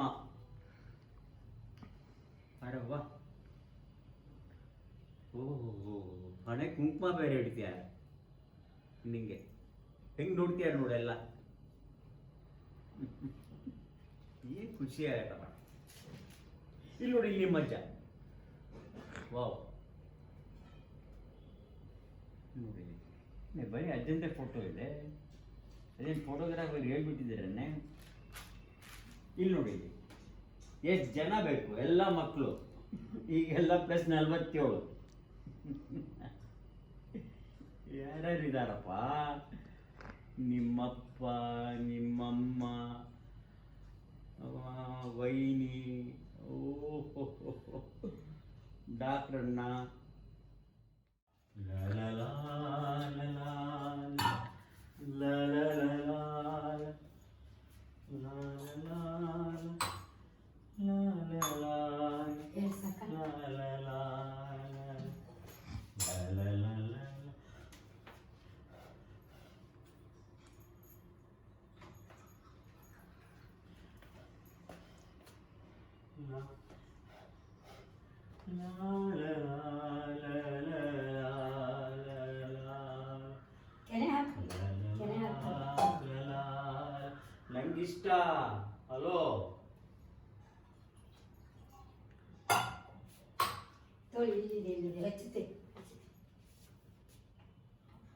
Thank you, thank you.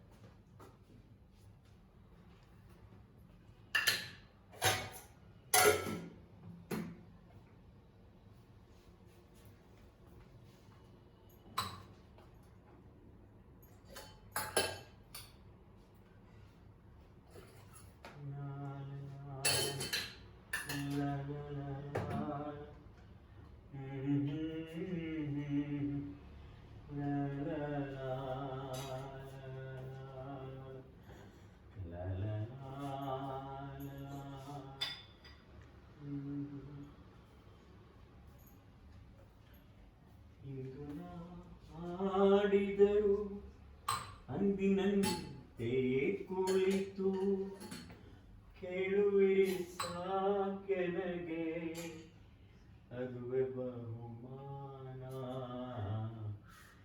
ಇಂದು ನಾ ಹಾಡಿದರು ಅಂದಿನಂತೆ ಕುಳಿತು ಕೇಳುವಿರಿ ಸಾಕೆನಗೆ ಅದುವೆ ಬಹುಮಾನ. ಹಾಡು ಹಕ್ಕಿಗೆ ಬೇಕೆ ಹಾಡು ಹಕ್ಕಿಗೆ ಬೇಕೆ ಬಿರುದು ಸನ್ಮಾನ. ಎದೆ ತುಂಬಿ ಹಾಡಿದೆನು ಅಂದು ನಾನು, ಮನವಿಟ್ಟು ಕೇಳಿದಿರಿ ಅಲ್ಲಿ ನೀವು. ಎದೆ ತುಂಬಿ ಹಾಡಿದೆನು ಅಂದು ನಾನು. ಎಲ್ಲ ಕೇಳಲಿ ಎಂದು ನಾನು ಹಾಡುವುದಿಲ್ಲ, ಹಾಡುವುದು ಅನಿವಾರ್ಯ ಕರ್ಮ ನನಗೆ. ಎಲ್ಲ ಕೇಳಲಿ ಎಂದು ನಾನು ಹಾಡುವುದಿಲ್ಲ, ಹಾಡುವುದು ಅನಿವಾರ್ಯ ಕರ್ಮ ನನಗೆ. ಕೇಳುವವರಿಹರೆಂದು